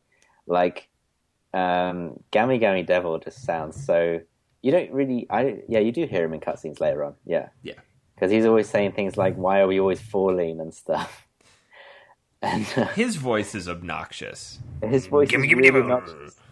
Yeah, and he just sounds a bit... He's completely fitting with who he is, but I actually don't like playing as him in the battles. I find him the most useless. Yeah. Mainly because he can't move very far. His movement rate is small, and maybe I haven't leveled him up enough. But and his main attack doesn't really harm very much, and his special abilities are more to do with status changes than actual like damage. sleep or slow. Yeah, that kind of thing. But yeah, no, sorry, the cutscenes, they're really nice to watch, and they're not very long either. So no, everything in this game is nicely balanced with the pacing and how long things last, and even right down to the save mechanic. Mm-hmm. Like, I love that you can save anywhere. That is brilliant. They've really thought about that for the PSP. Well, and if you die from a boss battle, it doesn't just kick you back to your latest game save. It has fail safes built in where if you die, it'll take you back to the nearest town, but you haven't lost anything. See, I didn't know that. I never died. Managed not to die. I died in one of the bosses, and I went, "Oh shit!" And it took me back. Which one? I think it's later. It's in book 3. Okay. I got close. Like, people kept dying. I had to keep using those damn seeds to revive them. Yeah, you run out of those quick. Yeah. And at one point, I accidentally, at a shop, thought I was in the buy setting, but I was in the sell and Oh. sold all of my blessed waters. You can't buy those. So yeah, blessed waters are the items that you need to replenish magic points. So they're pretty important. Yeah, There are that some shops sucks. where you can purchase them, but they're not cheap. Yeah, you can purchase them later. They're not, no, they're not cheap. You need to save your pennies. So at this point, we have come to Brionia, which is our ultimate goal. And earlier, you and I were talking about how the story kind of takes a little while to churn up to. What we've covered so far, I'd say, is a good 4 to 5 hours. It doesn't sound like much, but there's pacing in there. There's story. If you do the exploring and you do your battles, you're at about 4 to 5 hours, and Yeah, you get to Brionia and things. This is worth like this story arc for story one really picks up, and you realize what you're going to be doing. You expect it to be this really powerfully advanced city that's flying in the sky on this big island, but you get there and everybody is frozen in this mysterious material. yeah, The only place you can go to is the center of town, and there's this voice that appears, and these four people introduce themselves as Karpa of the East, and Zoldan of the North, and Darun of the West, and Yabu, leader of the Big Four. So you learn these are your enemies, or these are the villains of this first story, and they're all servants of the Ice Demon, and their overall goal is to revive the Ice Demon, and you're getting in their way. And I think at this point it begins to allude to a little bit of who Pietro is as a character, because Yabu addresses him and says, "Pietro, son of the dragon, we were not expecting you." that's right. And at this point you go, what the hell are you talking about? I mean, I know you have the dragon sword, but at no other point in the game does it allude to the fact that your family's sigil is a dragon, or just anything of those of that nature. Yeah, and there's a large door in this city, right, that you ultimately need to go through. Correct. But you then you actually need to go around the town, and one of the houses has a character called, I think it's Sabo. Sabo, yeah. Sabo, that's right. And after a short conversation with him, and you say you're not one of the big four, which is the four you just mentioned. Stupidest way to convince somebody, no, I'm not. Yeah, I know. And yeah, he's the only person in Brionia that knows about the book that you're looking for. So that brings it back to this book to enter the world of darkness. Well, and The Book of Darkness. Yeah. What's stupid is that at this point, you're talking to him, and then the big four just appear in his house. Oh yeah, Locking the door was yeah. stupid, and they demand that he gives them the Book of Darkness, and Sabo's the last one who's protecting it, and it's the book is a guide to traveling between the world of darkness and Earth, and it kind of eliminates this border between the dead. And Brionia saw that this is a dangerous book, so we're going to seal it away. Yes. But it's cool how they decided to seal it away. Yeah. And the only way, so they place a seal on it, and you can't break it without destroying the heart of Brionia.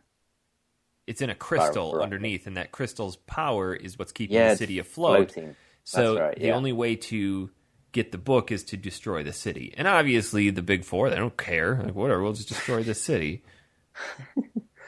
Yeah. And Saber gives you a history on Brionia as well, which gives you a bit more story.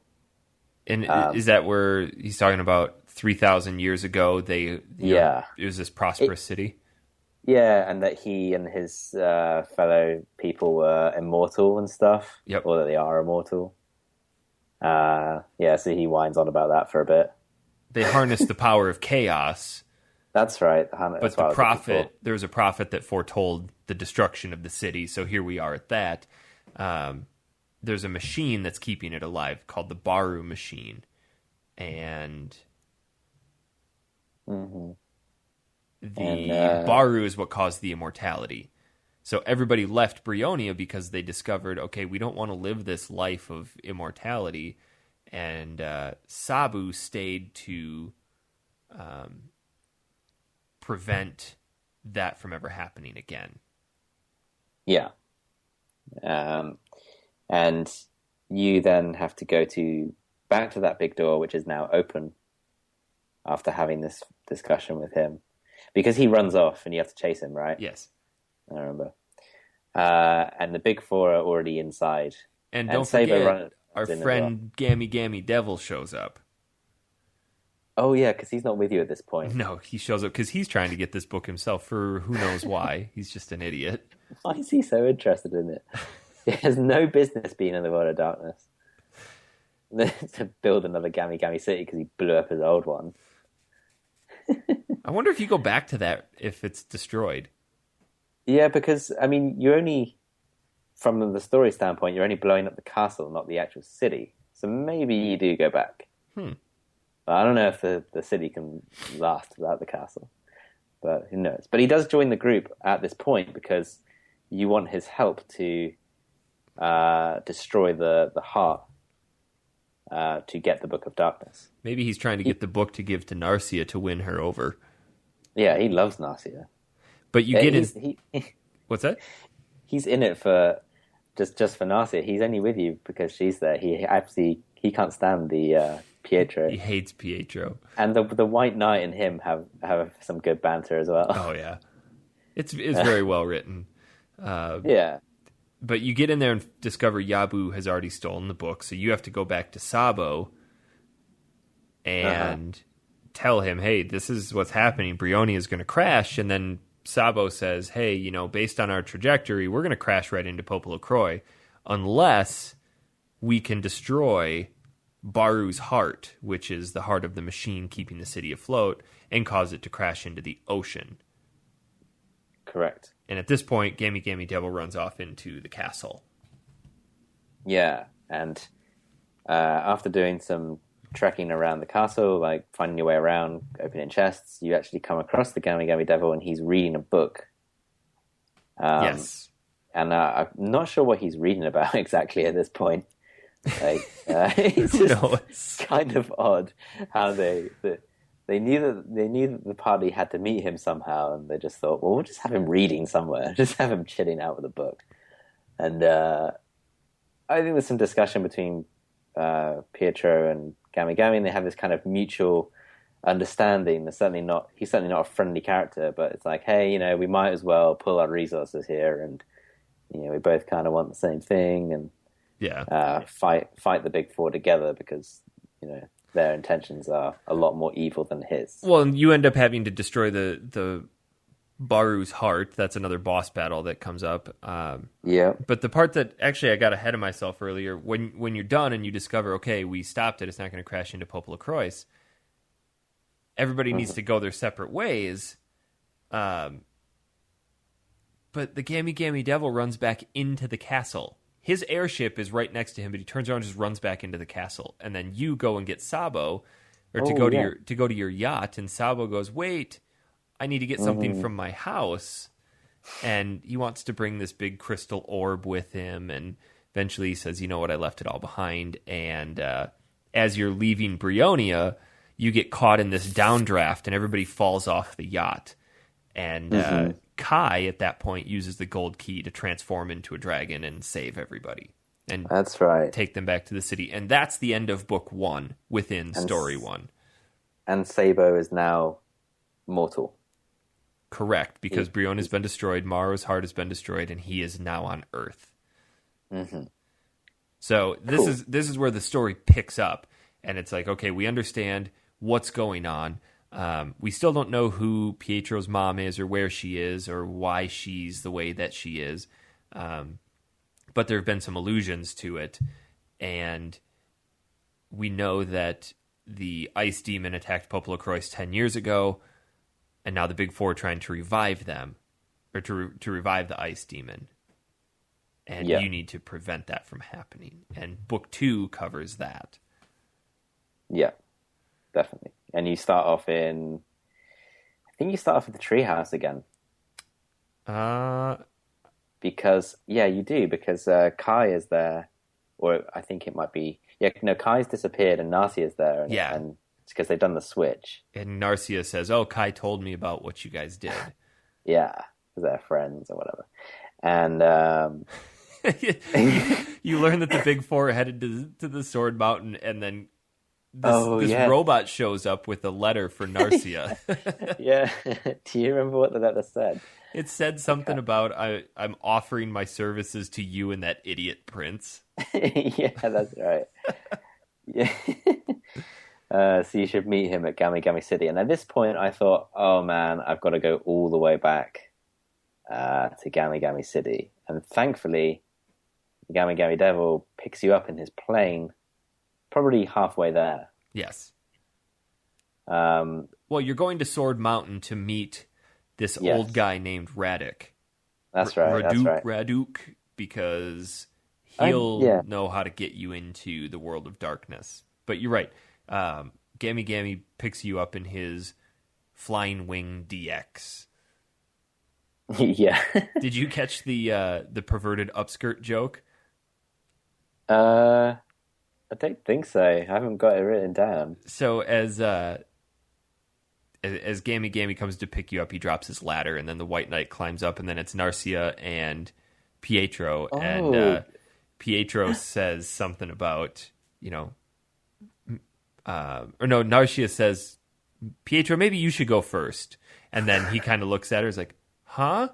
Oh, and it's just a funny little. I didn't know that. I wondered that. I was going to ask you about that, the ladder thing. I just couldn't work out why that was. Because she's wearing a dress. Yeah. Had to keep her lady bits covered. It's because of their kids. I just kind of thought that they wouldn't think like that. They're just too innocent to think in this way. But I'm not sure how old. Puberty hits young in PoPoLoCrois. Clearly. Yeah. Clearly. And you shoot off to Sword Mountain. Yep. In the plane. And then Gami Gami Devil is just like arsing around with his remote control for the plane because he says, oh, I'll just let it fly. Don't worry, it'll just buzz around here for a bit when we're ready to leave. And then he's like, whoops, daisy. Throws his remote control over the cliff. Over the cliff. He's like, well, I guess we're stuck here now. Oh, well. and no explanation of where the plane suddenly is or what's going on. It's a great mechanic to prevent you from going back to other parts. Because if he would have held on to it, we could have been sitting here going, well, why couldn't we just climb into the plane and fly back? Oh, yeah. So it's just those little story tidbits that's... Yeah, I mean, technically they've got it covered. There's no explanation. The explanation is there. And Gami Gami's an idiot, so it fits right with his character. Absolutely. And you actually figure out at this point that he can do a combination with Narcia in battle called Die with Honor. Don't know if you ever tried it. If you haven't tried combinations, then maybe not. No, I haven't. It sucks. It's not worth doing. So, because I was trying to get as much use of Gami Gami as I could in the battles, but he's not very good with the combos. So, Gami Gami Missile is a good one, though, if you're focused. I still just don't like him as a combatant. Yeah, he's definitely the weakest link. Yeah. Because, though Narcia is not particularly strong, she is your healer, so, she has her purpose in the team. So yeah, and you go up Sword Mountain. This is where you meet. Is it Raduk? I can't remember his name. Yeah, but you meet all the people who are obsessed with him, and it's kind of this self-sufficient village. They don't rely on commerce or anything like that, or tourism. Yes. But everybody kind of has a personal affiliation with Raduk. He's pretty much saved everybody in that village, so they're okay with bringing him food, and everyone thinks that you are the stranger, when in fact they're kind of weird. They go through this training process where they sit and meditate under a waterfall. Mm-hmm. And it's weird. So you keep climbing up the mountain and you come across Raduk and you ask him for help, but then Yabu appears and Raduk just kicks his ass. Yeah. He's like, give me this book. And Raduk goes, yeah, not going to happen. Sword Mountain was the time when I thought the battles really ramped up in difficulty. Yeah. Oh, yeah. you fight these like kind of leopard creatures, these really strong tropical birds and stuff. And I actually found that initially I just hung around on the outside of the town and just recovered for free at the inn. Yep. And then just did a little bit of grinding, not too much, but the difficulty was quite clear where the line was as soon as you had a and I fourth like that because fight. that's how you know you're progressing to the next level of the game. It's like, okay, I should grind a little bit till these guys get easier. And they're not throwing more enemies at you, they're just throwing single enemies at you that are tougher. Yeah. I mean, even later, once you get into book 3, there's a horned penguin that can kill your entire team if you're not careful. Oh God, I remember fighting the horned penguin, but I don't remember him being so strong. Well, I was underleveled at that point. You were blazing through. Little bit. This is when I discovered that you had met our deadline and I didn't. So Raduk basically turns to you and says, in order to enter the world of darkness, you need a book and you need my approval. So even though Yabu has the book, he doesn't have Raduk's approval. And then Raduk looks at Pietro and says, but I can tell that you're pure of heart, so I'm going to let you in anyway. So apparently you only need Raduk's approval. So you have to climb with him to the top of the mountain, and you learn that this whole mountain is hollow, and the passage to the underworld is within the mountain. And when you get there, ask for King Danu. And of course, at this point, the big four appear and proceed to what you believe to be kill Raduk. Yeah. And then you're kicked into a boss with Karpa, your first major battle with the big four. Yeah, Karpa's the first one that you fight. This is where I died for the first time. I was going to ask you, how did you find him? He was definitely the most... Of course, he's going to be the most challenging, but whereas there was a typical rinse and repeat strategy, I actually did have to do some moving around and like a lot of healing as well, like really plan ahead. It was the first challenging battle of the game. The other ones you could just kind of mosey through it and not die. This one you actually had to, okay, let's set Narcia to be strictly healing. Let's group these people together for maximum healing effect. And then did you have retribution at this point? I didn't. Okay, I was going to say, if you had it at this point, you were power leveling, because I didn't get it till damn near the end of book 3. Okay, I had it probably somewhere around the Devil Planet, which wasn't far okay. after. So yeah, I was doing all right, but yeah, just White Knight's most powerful skills, just using those constantly, and hitting him from behind with Pietro. This is where I surrounded Karpa because he kept moving around for his AoE attacks. I just put a character on all four sides of him and he couldn't move, and that's what did him in. Mm-hmm. Yeah, so... But this is where when I died, it took me just back down to town. Didn't lose any game save, didn't lose anything in terms of experience, and just popped right back up and fought him again. And I thought what was interesting is he made a comment about that. He knew that he killed me and I came back, and he says, I'm not, something to the effect of, I'm not going to give you another chance after this. So I wondered if I would have died again, if it would have kicked me back to my game save. No way. That's cool. That's a nice touch. It's very rare that games respond to when you take a continue or have to reload. I like that JRPG mechanic of, okay, don't die, you're going to have to start all over, but it also kind of sucks. Oh, God, yeah. Yeah, having to go through, especially if it's a real grindy area, or especially with PoPoLoCrois as well, there's lots of random encounters. Yeah. To lose all that experience would be a bit of a trudge. Yeah, it would kind of suck. So, once you defeat Karpa, he actually, Raduk gets up and then he says that he was fine all along. He just wanted to make sure that you could defeat him. Yeah. He's actually just lying there face down, like just testing you. And he made a comment. He's like, "I've been assigned to help you," and I didn't understand what that meant. I didn't. I kind of put a question mark next to that. But again, at this point, you discover yourself falling. Your group of people like to fall, and they're having a conversation as they're falling. And in the distance, you see this figure, which is very clearly, you know what it is, but Gammy Devil, I think it was, says, I know what that is, but I don't have time to explain. And you fall down and you end up landing on this giant white whale. named Mac. Just a Of course. floating space whale named Mac in the underworld whose only job is to take visitors to King Danu. It's like, I thought that not many people got to go, so, I mean, do enough people come that you can employ a whale to transport you? Yeah, I mean, what have you got to feed that thing? God. Can Maybe you he eats imagine? the souls. But you get to the Yeah, Palace of Danu, and you realize like everything's huge. Really, really, really big. And there are people there that yes. are just kind of very stoic. And you finally make your way up to the throne room, and you discover Danu is huge, just enormous, and looks like a friggin' girl. Yeah, he's just like a giant, like kind of one of those giant Buddha ornaments. Yeah. The You know, closest thing like, that I can think of is from Dark Souls when you walk in and you meet Gwendolyn. oh, I haven't played Dark Souls. She's just this huge lady that you don't expect her to be that large. Not fat, but like enormous person. It's just huge. Jeez. But Danu Yeah. hates children. Just hates listening to children. He's like, look, this is exhausting.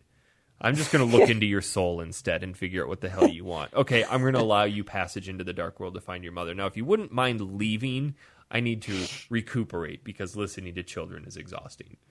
He's super efficient, like with. I would understand him being like that if there was a queue, but there is nobody else seeing him that day. You Yeah. know, how is he so exhausted? Yeah, kids can be exhausting. He yeah, you would know better than me. Yeah. But yeah, in order to talk to you, he actually levitates you up to his level. It's like I can't He even can't be be bothered bothered to to move tilt his my head. head down. I'm just going to bring you up to me. Then reach into your soul, then lower you down and tell you to piss off. Piss off. Get out of here, kids. But he says if you want to find your mom, you need to go to the Devil's Planet. So Pietro tries asking the king, how did my mom get here? Is she dead? And Oh yeah. Danu basically says, I don't know. You're Don't going to know, have don't to care. answer that question for yourself. Yeah. She can only leave if she is willing. That's basically what he says. You can find her and you can try to take her out, but she can only leave the underworld if she's willing to leave. Yeah. And then there's an interesting room off the side that looks like a techno dance club, just a room with a bunch of octagonal lights on the floor. And there you kind of learn that everybody here is a child of Danu, and even Mac the whale is a child of Danu, and Oh. just a interesting little side piece of information. Oh, I didn't know about that. I have to say, I did think that the this is just quickly going back with Narcia turning into Kai. Yep. I kind of thought that they would keep that thing going, like switching between the two, and that plot point would stay current until, maybe nearer the end of the whole game. Mm-hmm. Just because I thought maybe there'd be something where Pietro would reflect and be like, "Oh, so it was you all along that saved me from this and helped me with that," and yeah. Instead of how they do resolve it. exactly, yeah. But we'll get there. So you're still on. You then have to venture to the Devil Planet, and Mac takes you there, right? Good old Mac. Good old Mac. You can rely on him. Yeah. He's got his shift is pretty clear. He's got time to take you. Yeah. And you head. How did you find the Devil Planet? Aside from how did I physically get there? Yeah, like when you were. Did you find it difficult at all? Like, 'cause It was confusing. It's just this big barren planet with this destroyed town. There's some cool items there, but you learn that the ice demon's soul is actually here on the Devil Planet. It's encapsulated within. And the big four are there attacking Sanya. And they said, we don't need to actually defeat her. We just need to weaken her shield because she's been using her powers to keep the ice demon encapsulated within the planet. Yeah. So the Big Four's ultimate plan was coming to fruition where they wanted to use Pietro as bait to lure the dragon Sanya to use her powers here. And then, she steps forward to help Pietro, who they'd knocked off of a cliff and he's hanging off. She uses her powers to save him. And in turn, Yabu is then able to break the seal. And at this point, you learn that, okay, Sanya's actually a dragon. So it kind of comes full circle with them calling you son of the dragon, and you have the dragon sword, and you learn she is actually the one, Sanya's the one who protected PoPoLoCrois from the ice demon 10 years ago.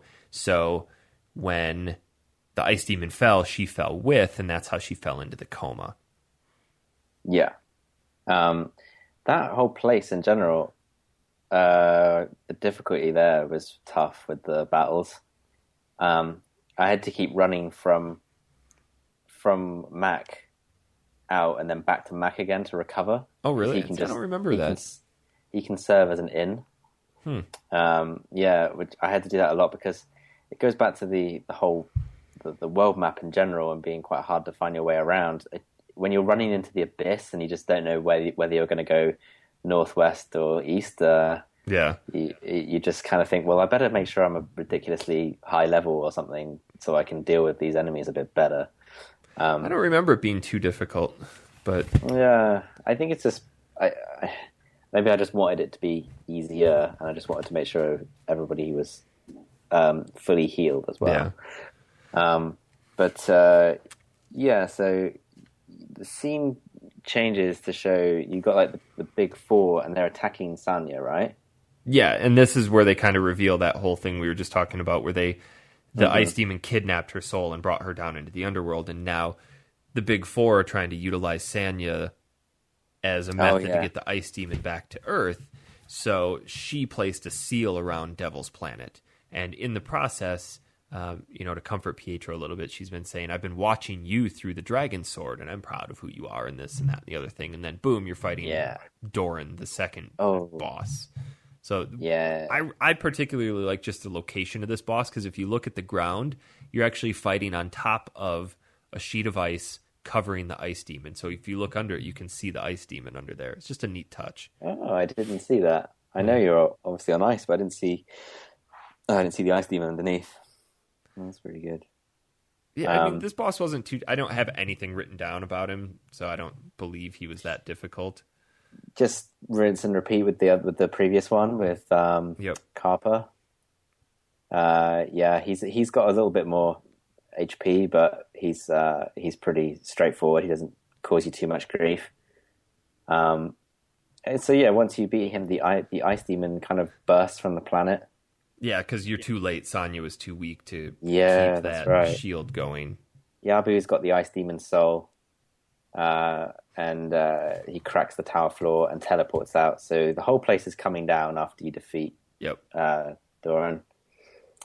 And so you have to just basically get back as quickly as you can to Mac, I think. Yep. Because he takes you back to the temple. You go from Mac back to see Danu again, and he just flat out it's all your fault. It's all your fault, Pietro. You suck. This makes her feel like crap. Yeah, everything's your fault, and he'll not help as the ice demon is not threatening his world. Yep. But is instead threatening Earth. So, not in my jurisdiction, buddy. You're going to have to go off and deal with it yourself now. Because let me know if he's coming back this way, and I'll do something. Yeah. Which I guess I can understand from a political standpoint. Like, okay, it really has nothing to do with me. Yeah. I mean, and then the White Knight is like, is that the best answer you're going to give? I could have given a better answer than that, and I'm not a king or whatever. So he's pretty down, Pietro, at this point. He's thinking that he's really screwed up because as a 10-year-old being told that everything's his fault by somebody very powerful, that's going to that's pretty heavy confidence. Yeah, that's a lot to take on your shoulders as a kid. So you head back to Sword Mountain, but part of the mountain is gone. Yeah, the top was blown off. You're in the village. Raduk says the demon is headed west, which you learn is PoPoLoCrois. So he transports you back to PoPoLoCrois, and you discover everything is frozen, and there's a castle in the distance. Boom, end of book 2. That's the end of book 2. There's not a whole lot left. Book 3 was pretty quick, and book 4 was very, for me, like 10 minutes max. It was like 3 minutes for me. I think I'm being a bit generous with the time there. I think it was a few minutes. Yeah, very, very, very short. But we'll tell. It could have been a lot longer, but we are dumb. So we get into book 3. This one's titled Snowland. And Pietro addresses the king and says, look, this is all my fault. I'm the reason that everybody's here and suffering, and the ice demon is back. I failed. And the king takes this opportunity to talk to you about how he met your mother. And this fleshes out more of that backstory where one day he was out hunting in the Flannel Forest and he met a dragon. And the dragon had a sword stuck in its tail. And the king went to help him. And he just had this feeling like our hearts are one. So he continually went back to try to find this dragon again. But instead he saw Sonia. And they immediately fell in love and got married. And the day that Pietro was born, the ice demon attacked, and then Sonia was the only being strong enough to protect and fight the ice demon, and that's how we got to where we are. It's funny that he said at the beginning that she hasn't woken up since she gave birth to Pietro, but in the cutscene, he's clearly a baby, and she's running out, and obviously he's just given the story. Yeah. He's just, fabricated it in that way, but he kind of does it in a bit of a roundabout way. And those are really nice cutscenes, though. Those bits, they're really nicely drawn. Oh, yeah. The image of her running into the light and him kind of holding the baby and like reaching his hand out, like he knows what she has to do, but he has this child to look after, and he's kind of must have been thinking, what am I gonna say to this child? Like, what's my story here? And it's an important scene because it really fleshes out that whole thing of where Sonia came from and who she really is. But how did she transform into a dragon and fall into the underworld, yet her body is still there? They just captured her soul. That's right. Yeah. Okay. Yeah. So at this point, you discover Queen Sonia is actually not in her tower anymore. She's not in her tower. She's been kidnapped, who you assume has been by the Big Four. Well, now the Big Two. So Pietro sets out against the wishes of the guards and basically says, look, I need to go find my mom. The same map that you were at the beginning is now snow-covered, and as you get out to the river, you're approached by this ice knight who basically says, I have been tasked with killing you, so get ready. And he goes to attack him, and Pietro has this shield around him, but it still knocks him down. And the knight goes, well, whatever, I can still collect his head. But then from the distance, Narcia appears, turns into Kai, and whoops this knight's ass. And then at that point, this is where that story thread is resolved of Kai versus Narcia, because Pietro's not knocked out. He rolls over and sees Kai transform back into Narcia, but she's expended all of her power, and he basically understands now, okay, Narcia's been the one helping me. Yeah. That's not far from the castle, right? You're just you've only just left the field. The only enemies are the horned penguin and the ice warrior, and the penguin you were on about earlier, who can wipe out your pie. And he did. Where did you start again after that? Back in the castle? Yeah. I'm like, oh, good, this is where I need to be anyway. And in there is Narcia and Gilda, who's trying to heal her, but Gilda says, well, the only thing we can do is give her a soma flower. And I'm like, all right, cool, let's go get it. But the soma flower only grows once every 100 years. Yeah. So, okay, cool, we're screwed. But of course, there's a way. Of course, there's got to be a better way. So she gives Pietro the seed of soma, and she says that if you take that to the fountain, I can't remember what the fountain's called. Gallop. It's in the forest. Gallop, that's it. Where the fairies can accelerate time at a rate at which the seed will be able to blossom into this flower, into this soma flower. Yeah. So that's where you head out now. Well, the way she explains it is she says time at this fountain passes hundreds of times faster, to which I wrote, okay, well, if Pietro goes there, isn't he going to age and experience time dilation as well? But I guess they kind of expand upon that with, like you said, the fairy. You give the fairy the Yeah. seed, and the fairy warns of a cold wind from the north that might freeze the water in the fountain. So again, another like, hey, if you don't succeed, this is going to disappear. And anyway, gives him a flower. Yeah. It will freeze the fountain. If things remain that way, the whole forest will die. Mm-hmm. So you have the flower, and you have to just you have to do a bit of backtracking at the start of this book. Head back to the castle. I just went straight to the room where Narcia was. Is that what you did? Yeah. I didn't think. I mean, there probably could have been some side bits, but I just kind of went straight there. And Gilda's asleep, so you just go ahead and take the responsibility of giving Narcia the flower. She kind of wakes up as you give it to her.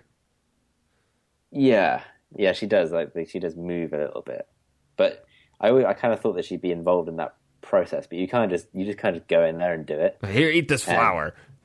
Just get on with it. Get well. We need to find my mom. Yeah. And she eats it, and then Narcia's doing fine and needs some rest, but I don't think it was the right flower. Is that what Gilda says? Well, she said it's not that it was the wrong flower. She says, I've seen the soma flower that blooms every 100 years, and that wasn't it. You brought back one that blooms every 1,000 years. And there's some interesting stuff that I can't wait to see if they even expand upon later. Gilda makes a comment here that says this particular soma flower not only can bring back a forest witch's powers, but also... And then just kind of trails off, and it was never mind. And that gets alluded to again a little bit later. But nothing ever resolved on it. Yeah, I agree. Because when you're kind of getting briefed in the castle to go for the ice demon, Narcia is up and about and well, and she comes to the meeting room where you're all kind of talking, and where the king is going to send you off to deal with this from the ice field and beyond. Narcia comes in, and Pietro's like, "Are you okay?" And she's like, "Oh yeah, fine." And then she does allude again to the fact that she's like, "Yeah, I'm fine," and something else. Something else has happened. I seem to have. I feel like she might be able to turn to a dragon or something. Oh, that'd be sweet. I have that feeling that's what, and that Pietro might have that ability at some point, and that might be a thing, but I'm not sure. I can't remember where I'm getting that from, but there was some sort of information there about dragons. So that's what I'm imagining. Fire-breathing dragons. Well, so you said we're in this conference room, and Sabo is basically addressing the king and his court and saying, look, the ice demon's back. You guys clearly know that, duh. Yabu has built a temple of ice in the northern lands, and the ice demon's soul is free, but his body has yet to regenerate. So we need to stop Yabu from reuniting soul and body. And then everybody's like, all right, I'll assemble my armies, this and that. And the king goes, no. I've already chosen who's going to go, and choosing, obviously, Pietro. So you set off on your quest up to the ice field to prevent this from happening. And this is that screen you were talking about earlier that's just all white. It is a pure white screen. It's pure white. There are no textures. There are no weather conditions like snowfall in different directions or whatever. Like it's you're just running around on a blank canvas, and you have no real idea where you are at all. It took me a while to find my way around. And there's a town in the center of all of this. Yeah. And there's actually, did you find the shop in the basement, just the random dude that sells you super strong weapons? I think so. Because I spent some time grinding for weapons or grinding for money in this area just so I could buy all those weapons. Yes, I did. Yeah, he has like heroic. He has like an heroic braces and a really powerful set of boots, I think, for the White Knight. Yep, some swords, some rubber shoes. Swords. Yeah. So good old rubber shoes. Yeah. You head up to the pillar, the Temple of Ice, and there are all these pillars of light that you need to move around to. That was frustrating. That was so frustrating. That reminded me, I know you didn't get there, but if you had done, on Legend of Dragoon, there are lots of these sections where you have to warp between rooms, and there are tons of these portals you have to stand on. I hate it was those. it was the same, but it was slightly better in PoPoLoCrois because it wasn't so involved. Like there were, it could have got worse. Legend of Dragoon, there's tons of it. Mm-hmm. But this didn't last too long, but I did have to just end up. In the end, I just kind of gave up on strategy and I just randomly just kept running into them because it was loading pretty quickly. So I was kind of just. I just knew that I needed to go up, so I kept looking for ways to go up. Yeah. And then once I got to the stairs, I just saved right there. See, I never did any of the on-the-fly saving. I guess I didn't realize I could do that. Really? I hardly ever use the save points because... Do you just press start and go down to save? Always, yeah. Huh, interesting. Now I know. Yeah. So here we fight the third of the big four, Zoldan. And this is where the boss battles really ramp up in difficulty. And well, yeah. Here's where I finally messaged you and said, I still don't have Retribution. That would make these bosses so much easier. And pretty much as soon as I texted you that, I beat the boss and got Retribution. Fucking figures. Yeah. I didn't fully heal before this boss. Ugh. And like my magic points were pretty drained on Narcia. Mm-hmm. And I didn't realize that I think the next 3 bosses are pretty much in succession. 2 bosses, yeah.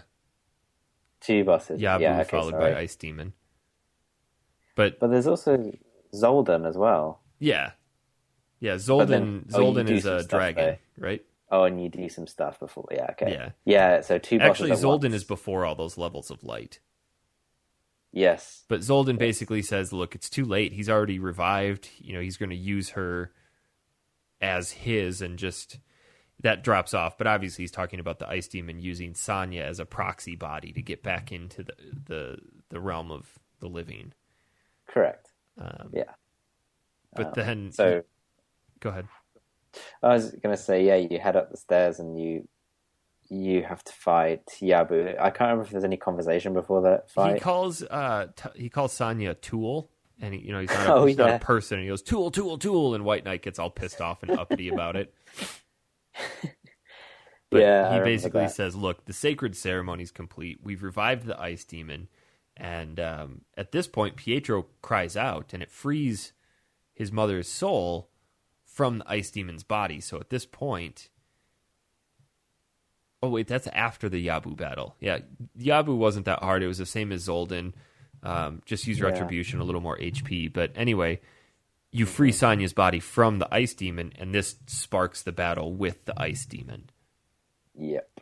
Which, unfortunately, wasn't that hard. It wasn't. It just took... For me, it wasn't difficult, but it took a lot of time. Mm-hmm. I had to constantly heal, and it can be a bit long-winded when you... Okay, so you get a character to focus, so they miss their turn. Then it rolls around to Narcia, cast the Retribution on that person. Retribution lasts, I think, 2 turns, and the focus only lasts 1. So there's just a lot of trying to set everything up so everything perfectly aligns for you to then strike. But then suddenly one of your characters who's fully focused and retributioned up needs healing. So if Narcia is not available to heal him, he has to heal himself, losing his focus energy and his retribution. So this is kind of what I was saying earlier about it would be useful to use the auto battle tool to see how the computer deals with that. Oh, they don't. It's not that complex. I imagine they don't delve into that kind of stuff. Yeah, absolutely not. It's kind of all-out attack or full defense. So, yeah. I'll have to try some of that stuff. But after you beat the Ice Demon, he shatters, Sanya appears, the tower shatters, and once again, you're all falling. But this huge beam of light saves them, which you assume to be Sanya. And then Sanya and Pietro are reunited at last. So Sanya's awake, she's back in the realm of Earth, and they're together, and that's the end of Book 3. Yes. So Tom, take me through Book 4 and how we fucked up. From what I remember with Book 4, everything's back to normal. Sanya has returned to PoPoLoCrois. Correct. And she's just chilling out, as fast asleep. And just a regular sleep this Just time, not a resting. 10-year one. Yeah, And just a little bit of a nap. the king wakes up Pietro. He says, "I've got something to tell you. Come to my room when you're ready."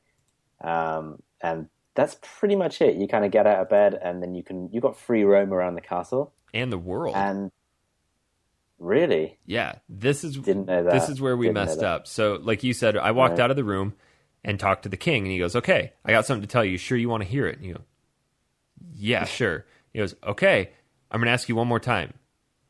Do you want to hear it? Are you ready?" Yes. He's like, "Okay, but just to be sure." It's like, "God damn it, yes, I want to hear what you have to say." And at that point, I walk in, and the king shows you that Sanya is awake in bed and that Pietro's journey is over. And his mother is saying, "You've grown as a person, but your adventures will continue." And boom, that's the end of story one. Going back, like, wow, that was super shitty for that. There were tons of little things that you could go and do. Not tons, but you could go to the Fountain of Gallop and Pietro and Narcia have a little moment together. What that moment is, I don't know, because I didn't see it. No way. You can go watch the play in Gammy Gammy City, Oh, and everybody there says apparently the devil has left the city to begin a more evil life. So that alludes to what's going to be happening with Gammy Gammy. If you attempt to cross the bridge and go towards Pasella, you see Master Raduk, and he's there to help with the ice demon. But unfortunately, you've already beaten him, so it's a moot point. White Knight's about to leave on his own journey on the flying yacht, so you can see him off. And in South Godriff, Gammy Gammy Devil has already built a new castle. And if you go to the top, there's a letter for Pietro on that table. And I don't know what the letter says. I just know that's just looking through what these scenes are. And those are all the optional scenes, which probably would have fleshed it out to a good 30 minutes, whereas we beat it in 3. yeah. Like, I did wonder why that was all wrapped into a book. I kind of thought that would seem more fitting strapped onto the end of book Well, 3. if you think about the construction of a book, this is definitely the falling action followed with, well, the middle book was falling action and then resolution. So, there's the intro, the rising action / climax, and there's the falling action and resolution. But yeah, totally forgot to do all that. But I like how they don't really allude to what's going to be happening next other than, okay, there's some adventures to come with Pietro and company. So I'm hoping it plays in with Gammy Gammy's more evil life, but he clearly has an affinity for these people. And there's some sort of love connection between Pietro and Narcia.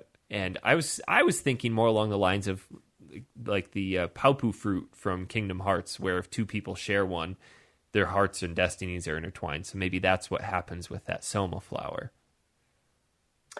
Yeah, okay. That's a good theory. Yeah. Good thought on that. Yes. So that's the whole first story of PoPoLoCrois. Whew. We got through it. It's good. It's very off-putting at the beginning, but once it picks up and you just kind of lose yourself in the world, it's so fantastic. It's just it's just such a fun adventure. So different than anything you've probably played before. Yeah, I would say once you get midway through this first story, it picks up and you end up getting really into the character building in general, and the battle system you really warm to, especially if you're like me and you didn't like the kind of tactics approach. And it just like this straight down the line traditional JRPG that it follows a working formula that has worked for many years. So I would really recommend this game. Really good fun. Yeah, I'm excited to see where it goes from here.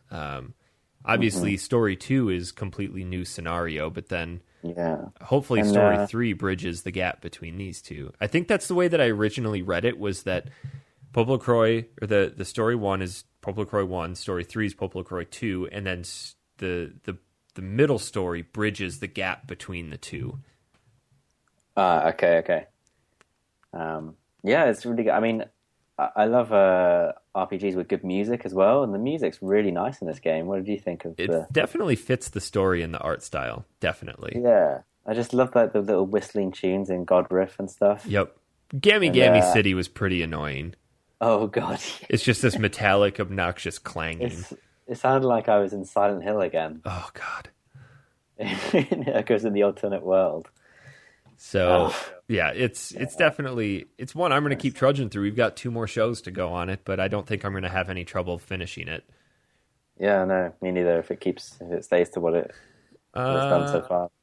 If you're playing along with us and we'd like to hear your thoughts, we actually do have some emails, Tom. Oh, We got some good emails this week. let's hear them. If you want to write us an email, factorysealed@manatank.com. Our first one comes from Juliet, BR, I believe. She says, Dear FS crew, hello. I just recently found your podcast and I wanted to write in telling you how much I enjoyed your Final Fantasy VIII series and subsequently your regularly scheduled podcast. Final Fantasy VIII is one of my favorite Final Fantasy games next to 9, which I would love to hear a podcast about since there's not that much out there about it.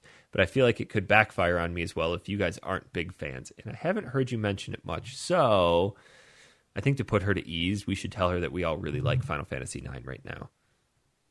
We do. Yeah. I think I even mentioned that the possibility of doing a Final Fantasy IX show. Maybe we can tie that year. in with Derek and Kevin. Yeah. I mean, because you guys did the Final Fantasy VIII show. Yeah. Which and then the Chrono Trigger one. Yeah, which was really good. People love those shows. So well, hopefully we can do that with this one too. She goes on and says, I actually found you guys when Eric was a guest on Two Dudes in a Nest during a Mega Man episode. During the podcast, someone mentioned that you guys were doing a Final Fantasy VIII focused episodes, and I immediately went and found them. I've listened to a bunch of your other episodes at this point, and I really enjoy your show. I started writing a response to your Final Fantasy VIII series, but it was turning into a novel, so maybe I'll email that in later. I think you guys are a delight to listen to, and your commentary is very engaging. I also love the fact that you guys have Jess on your show. It's extremely hard to find other gamer girls, and even harder to find gamer girls in a public media setting. So yay for Final Fantasy and gender diversity. I did have a question for you guys. If you could pick a party, 3 or 4, of a conglomeration of Final Fantasy characters from any of the Final Fantasy games, who would you choose? For example, one combination I came up with was Squall, Lightning, and Riku, the 10-2 version.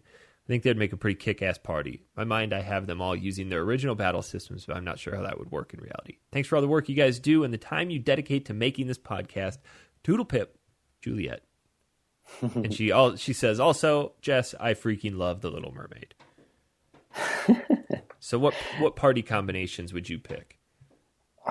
I mean, I always really like any characters that use swords or guns as their weapons. Yes. Like, so the killer party for me would be something like, I'm going to pick Squall. Like, if I had to choose between Squall and Cloud, I'd probably go Squall. And then maybe Lightning and Barrett. Ooh.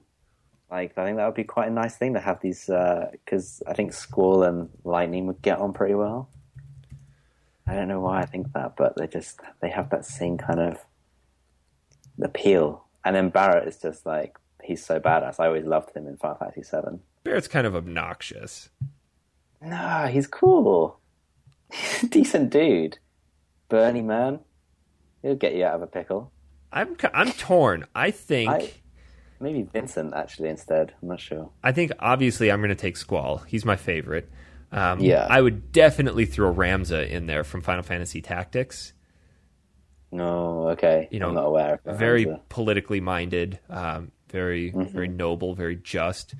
I would have to put in Vivi from Final Fantasy IX. I think he's one of the most compelling Final Fantasy characters ever. And so that's 3. Shoot. I'm torn between... I really like Zack from Crisis Core. Oh, yeah, okay.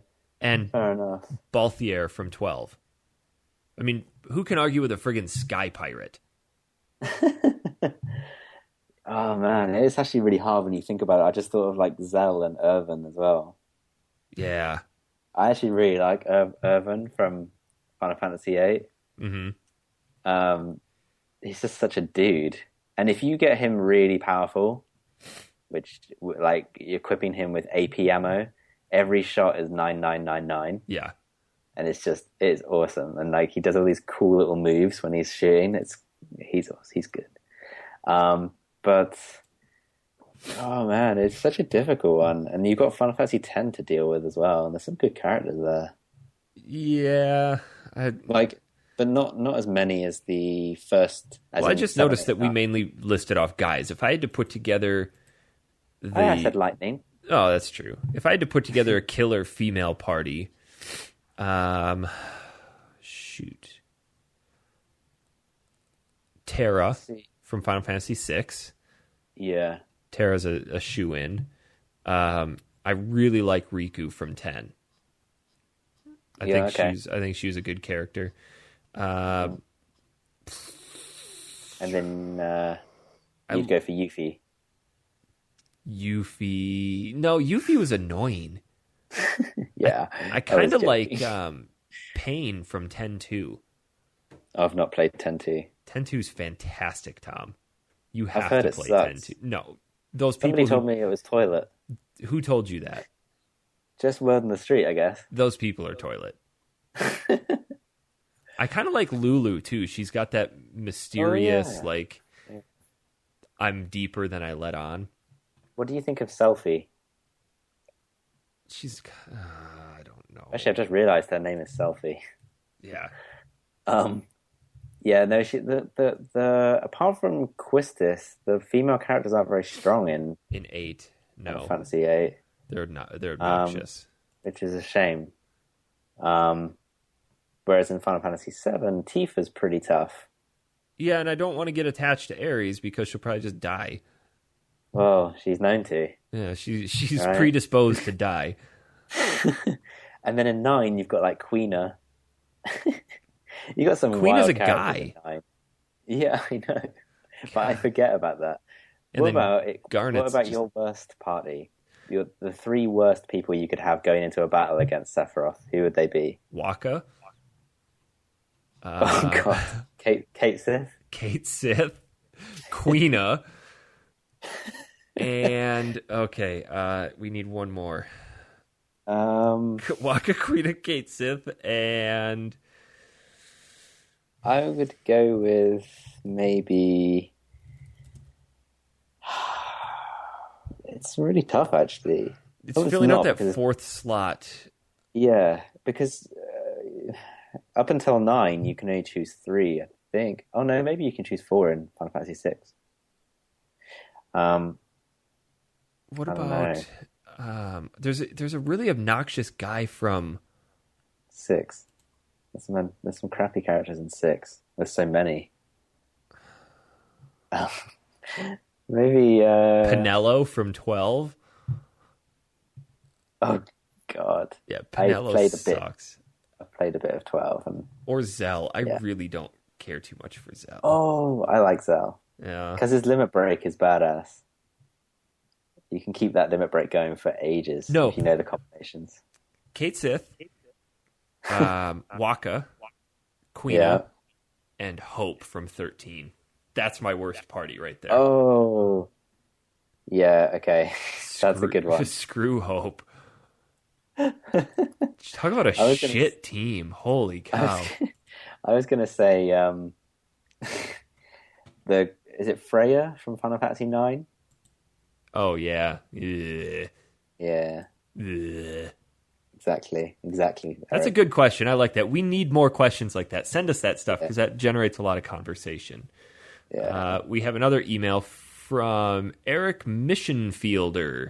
I think I pronounced that. Missionfelder. Titled Chrono Trigger. It says, just want to start off by saying you all put on one hell of a podcast. Thanks for taking time to make it and let the rest of us enjoy. Keep up the great work.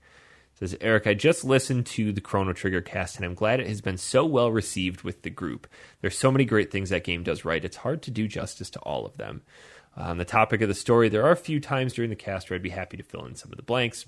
Please let me know if you want to discuss. Keep making great content and continue to go off topic with those great stories. Jazz hands cartwheel. Nice. And then we got one from Mark Lee Marcheski. Mark, I apologize if I breeze through this. He wrote kind of a long one titled Scattered Long Multi-Show Feedback. He writes, firstly, glad you took on the challenge of a more adventure game style and played and enjoyed Psychonauts. It's fun to hear about that game more. A long time out suggestion I have is, if you want a good Halloween game next year to play that won't terrify Dan too much, Double Fine's Costume Quest is a potential option as a turn-based RPG where you play as kids in changeable outfits on Halloween. However, I hope you do get to Jess's suggestion of ice hockey. It lacks the chainsaw whip and ref bribing of Mutant League hockey, but its NES limited Tecmo Bowl simulator chaos is fun. I haven't left a response I've wanted to for the actual Sunlight episode. Played it before listening to the episode and enjoyed the experience totally. It was great hearing Will O'Neill on talking about it too. I think he made up for all the shame the podcast has shined on Toronto with its strange Batman, trucks catching on fire, and coke fiend mayor stories. Will made a nice experience that I appreciate you all taking serious, which we were kind of nervous about at the beginning because we thought we might make fun of it. Anyway, also, his suggestion to the newish game Undertale is well-deserved. That game has become quite popular in the past month. Deservingly, I think it's a great RPG convention shaker worth checking out sometime. Anywho, the next stuff is on Chrono Trigger. I'm glad to see you all enjoyed the ride of what it had to offer. Hearing people react to that ending fight is often amusing, as it's meant to take you by surprise. I have to say, Eric, you were right. At any point you get to the end of time, you can try to fight Lavos at 1999 AD from the book in the corner of the room, though to do so without New Game Plus would likely take insane grinding. It was a good, nice, long discussion. The trial moment of that game is a scene where I think everyone who plays it is impressed by it.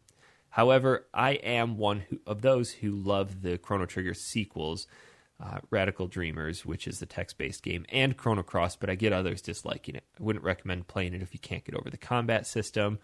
Type of people who enjoy that game will always talk about how the setting and atmosphere and music combine between the two worlds of the game to be like a character itself.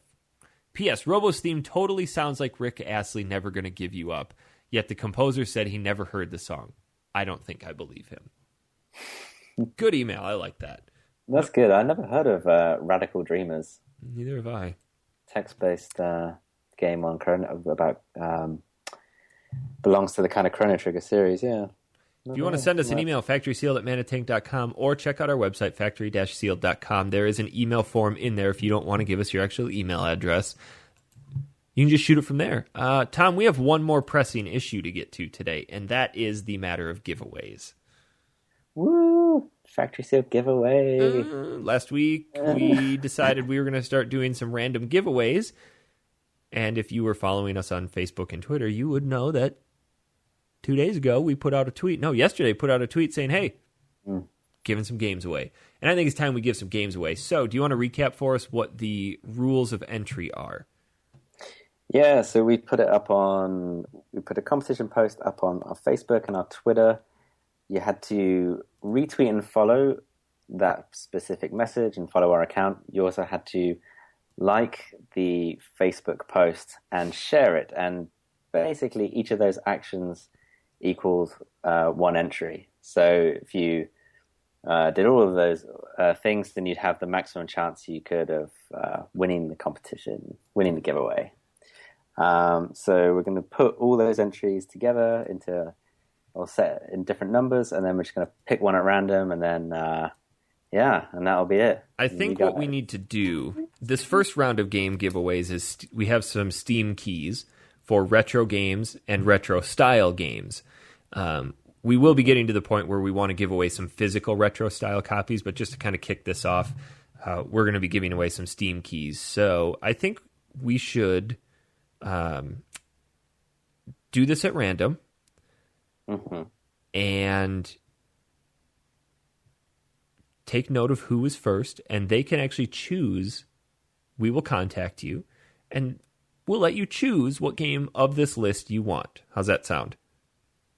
That's a good one. I like that. That way people don't get a game they already have. Yeah, I mean, we've got like a selection, so